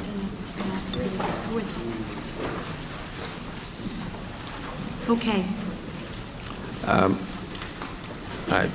Ms. Kornfeld, would you repeat Yes. your last question, Yes. please? When questioned about the impact that the 9th Precinct Network investigation would have had on the department if the investigation had not been prematurely closed, a top-ranking officer in IAD responded as follows when questioned under oath at a private hearing. I would like to ask at this point that tape number 1 be played.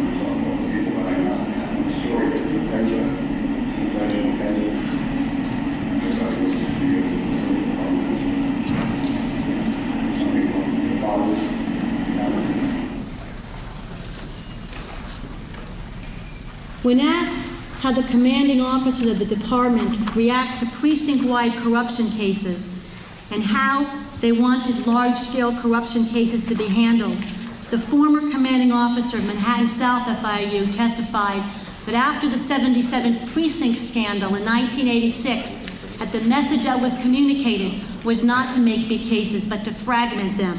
I'd like you to hear that testimony, and I'd like to ask that tape 2 be played at this time.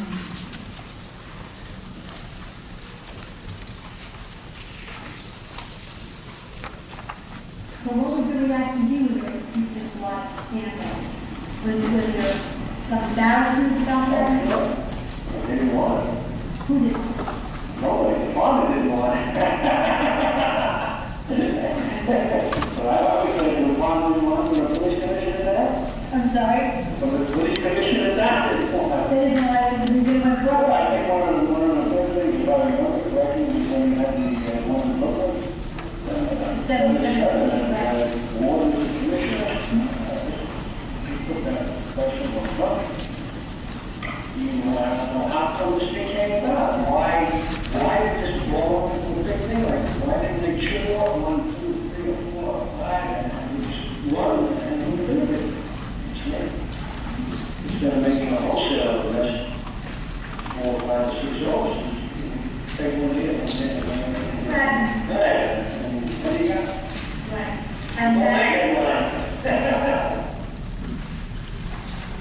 And finally, when the supervisor of the investigation of this network case was asked why, in his opinion, the case was prematurely closed at the expense of losing a case of corruption against 15 police officers, the supervisor of this 9th Precinct investigation responded as follows. I'd like to ask that tape number 3 be played.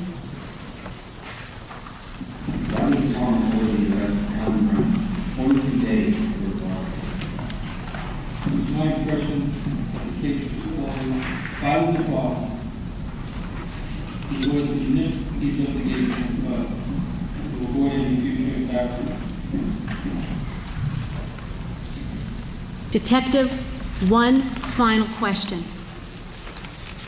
Based on your opinion, do you think that the decision to prematurely close the 9th Precinct corruption case was influenced by a desire, or is based on a desire, to avoid another 77th Precinct scandal and to avoid embarrassment to the department and the commanding officers responsible for the precinct?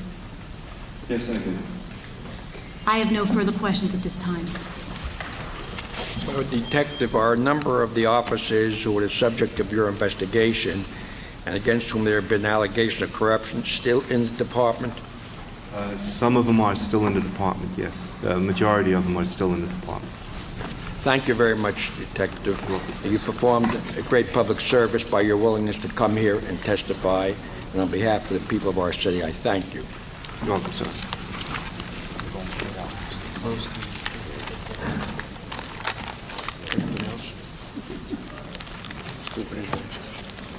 At this time, we will recess, and we will resume at 9:30 tomorrow morning.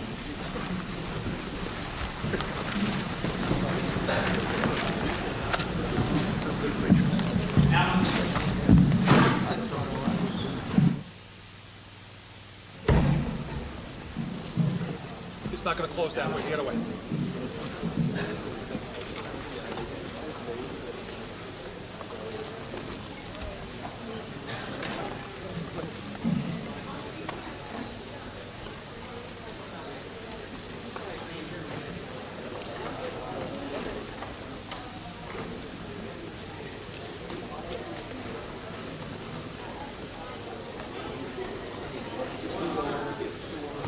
Did you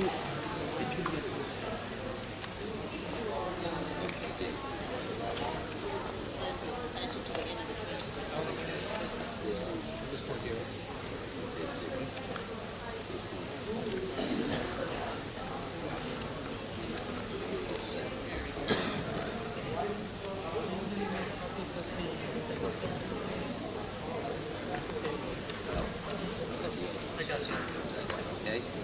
Wait a minute, no, I do. The staple one, yes, right there. Thank you.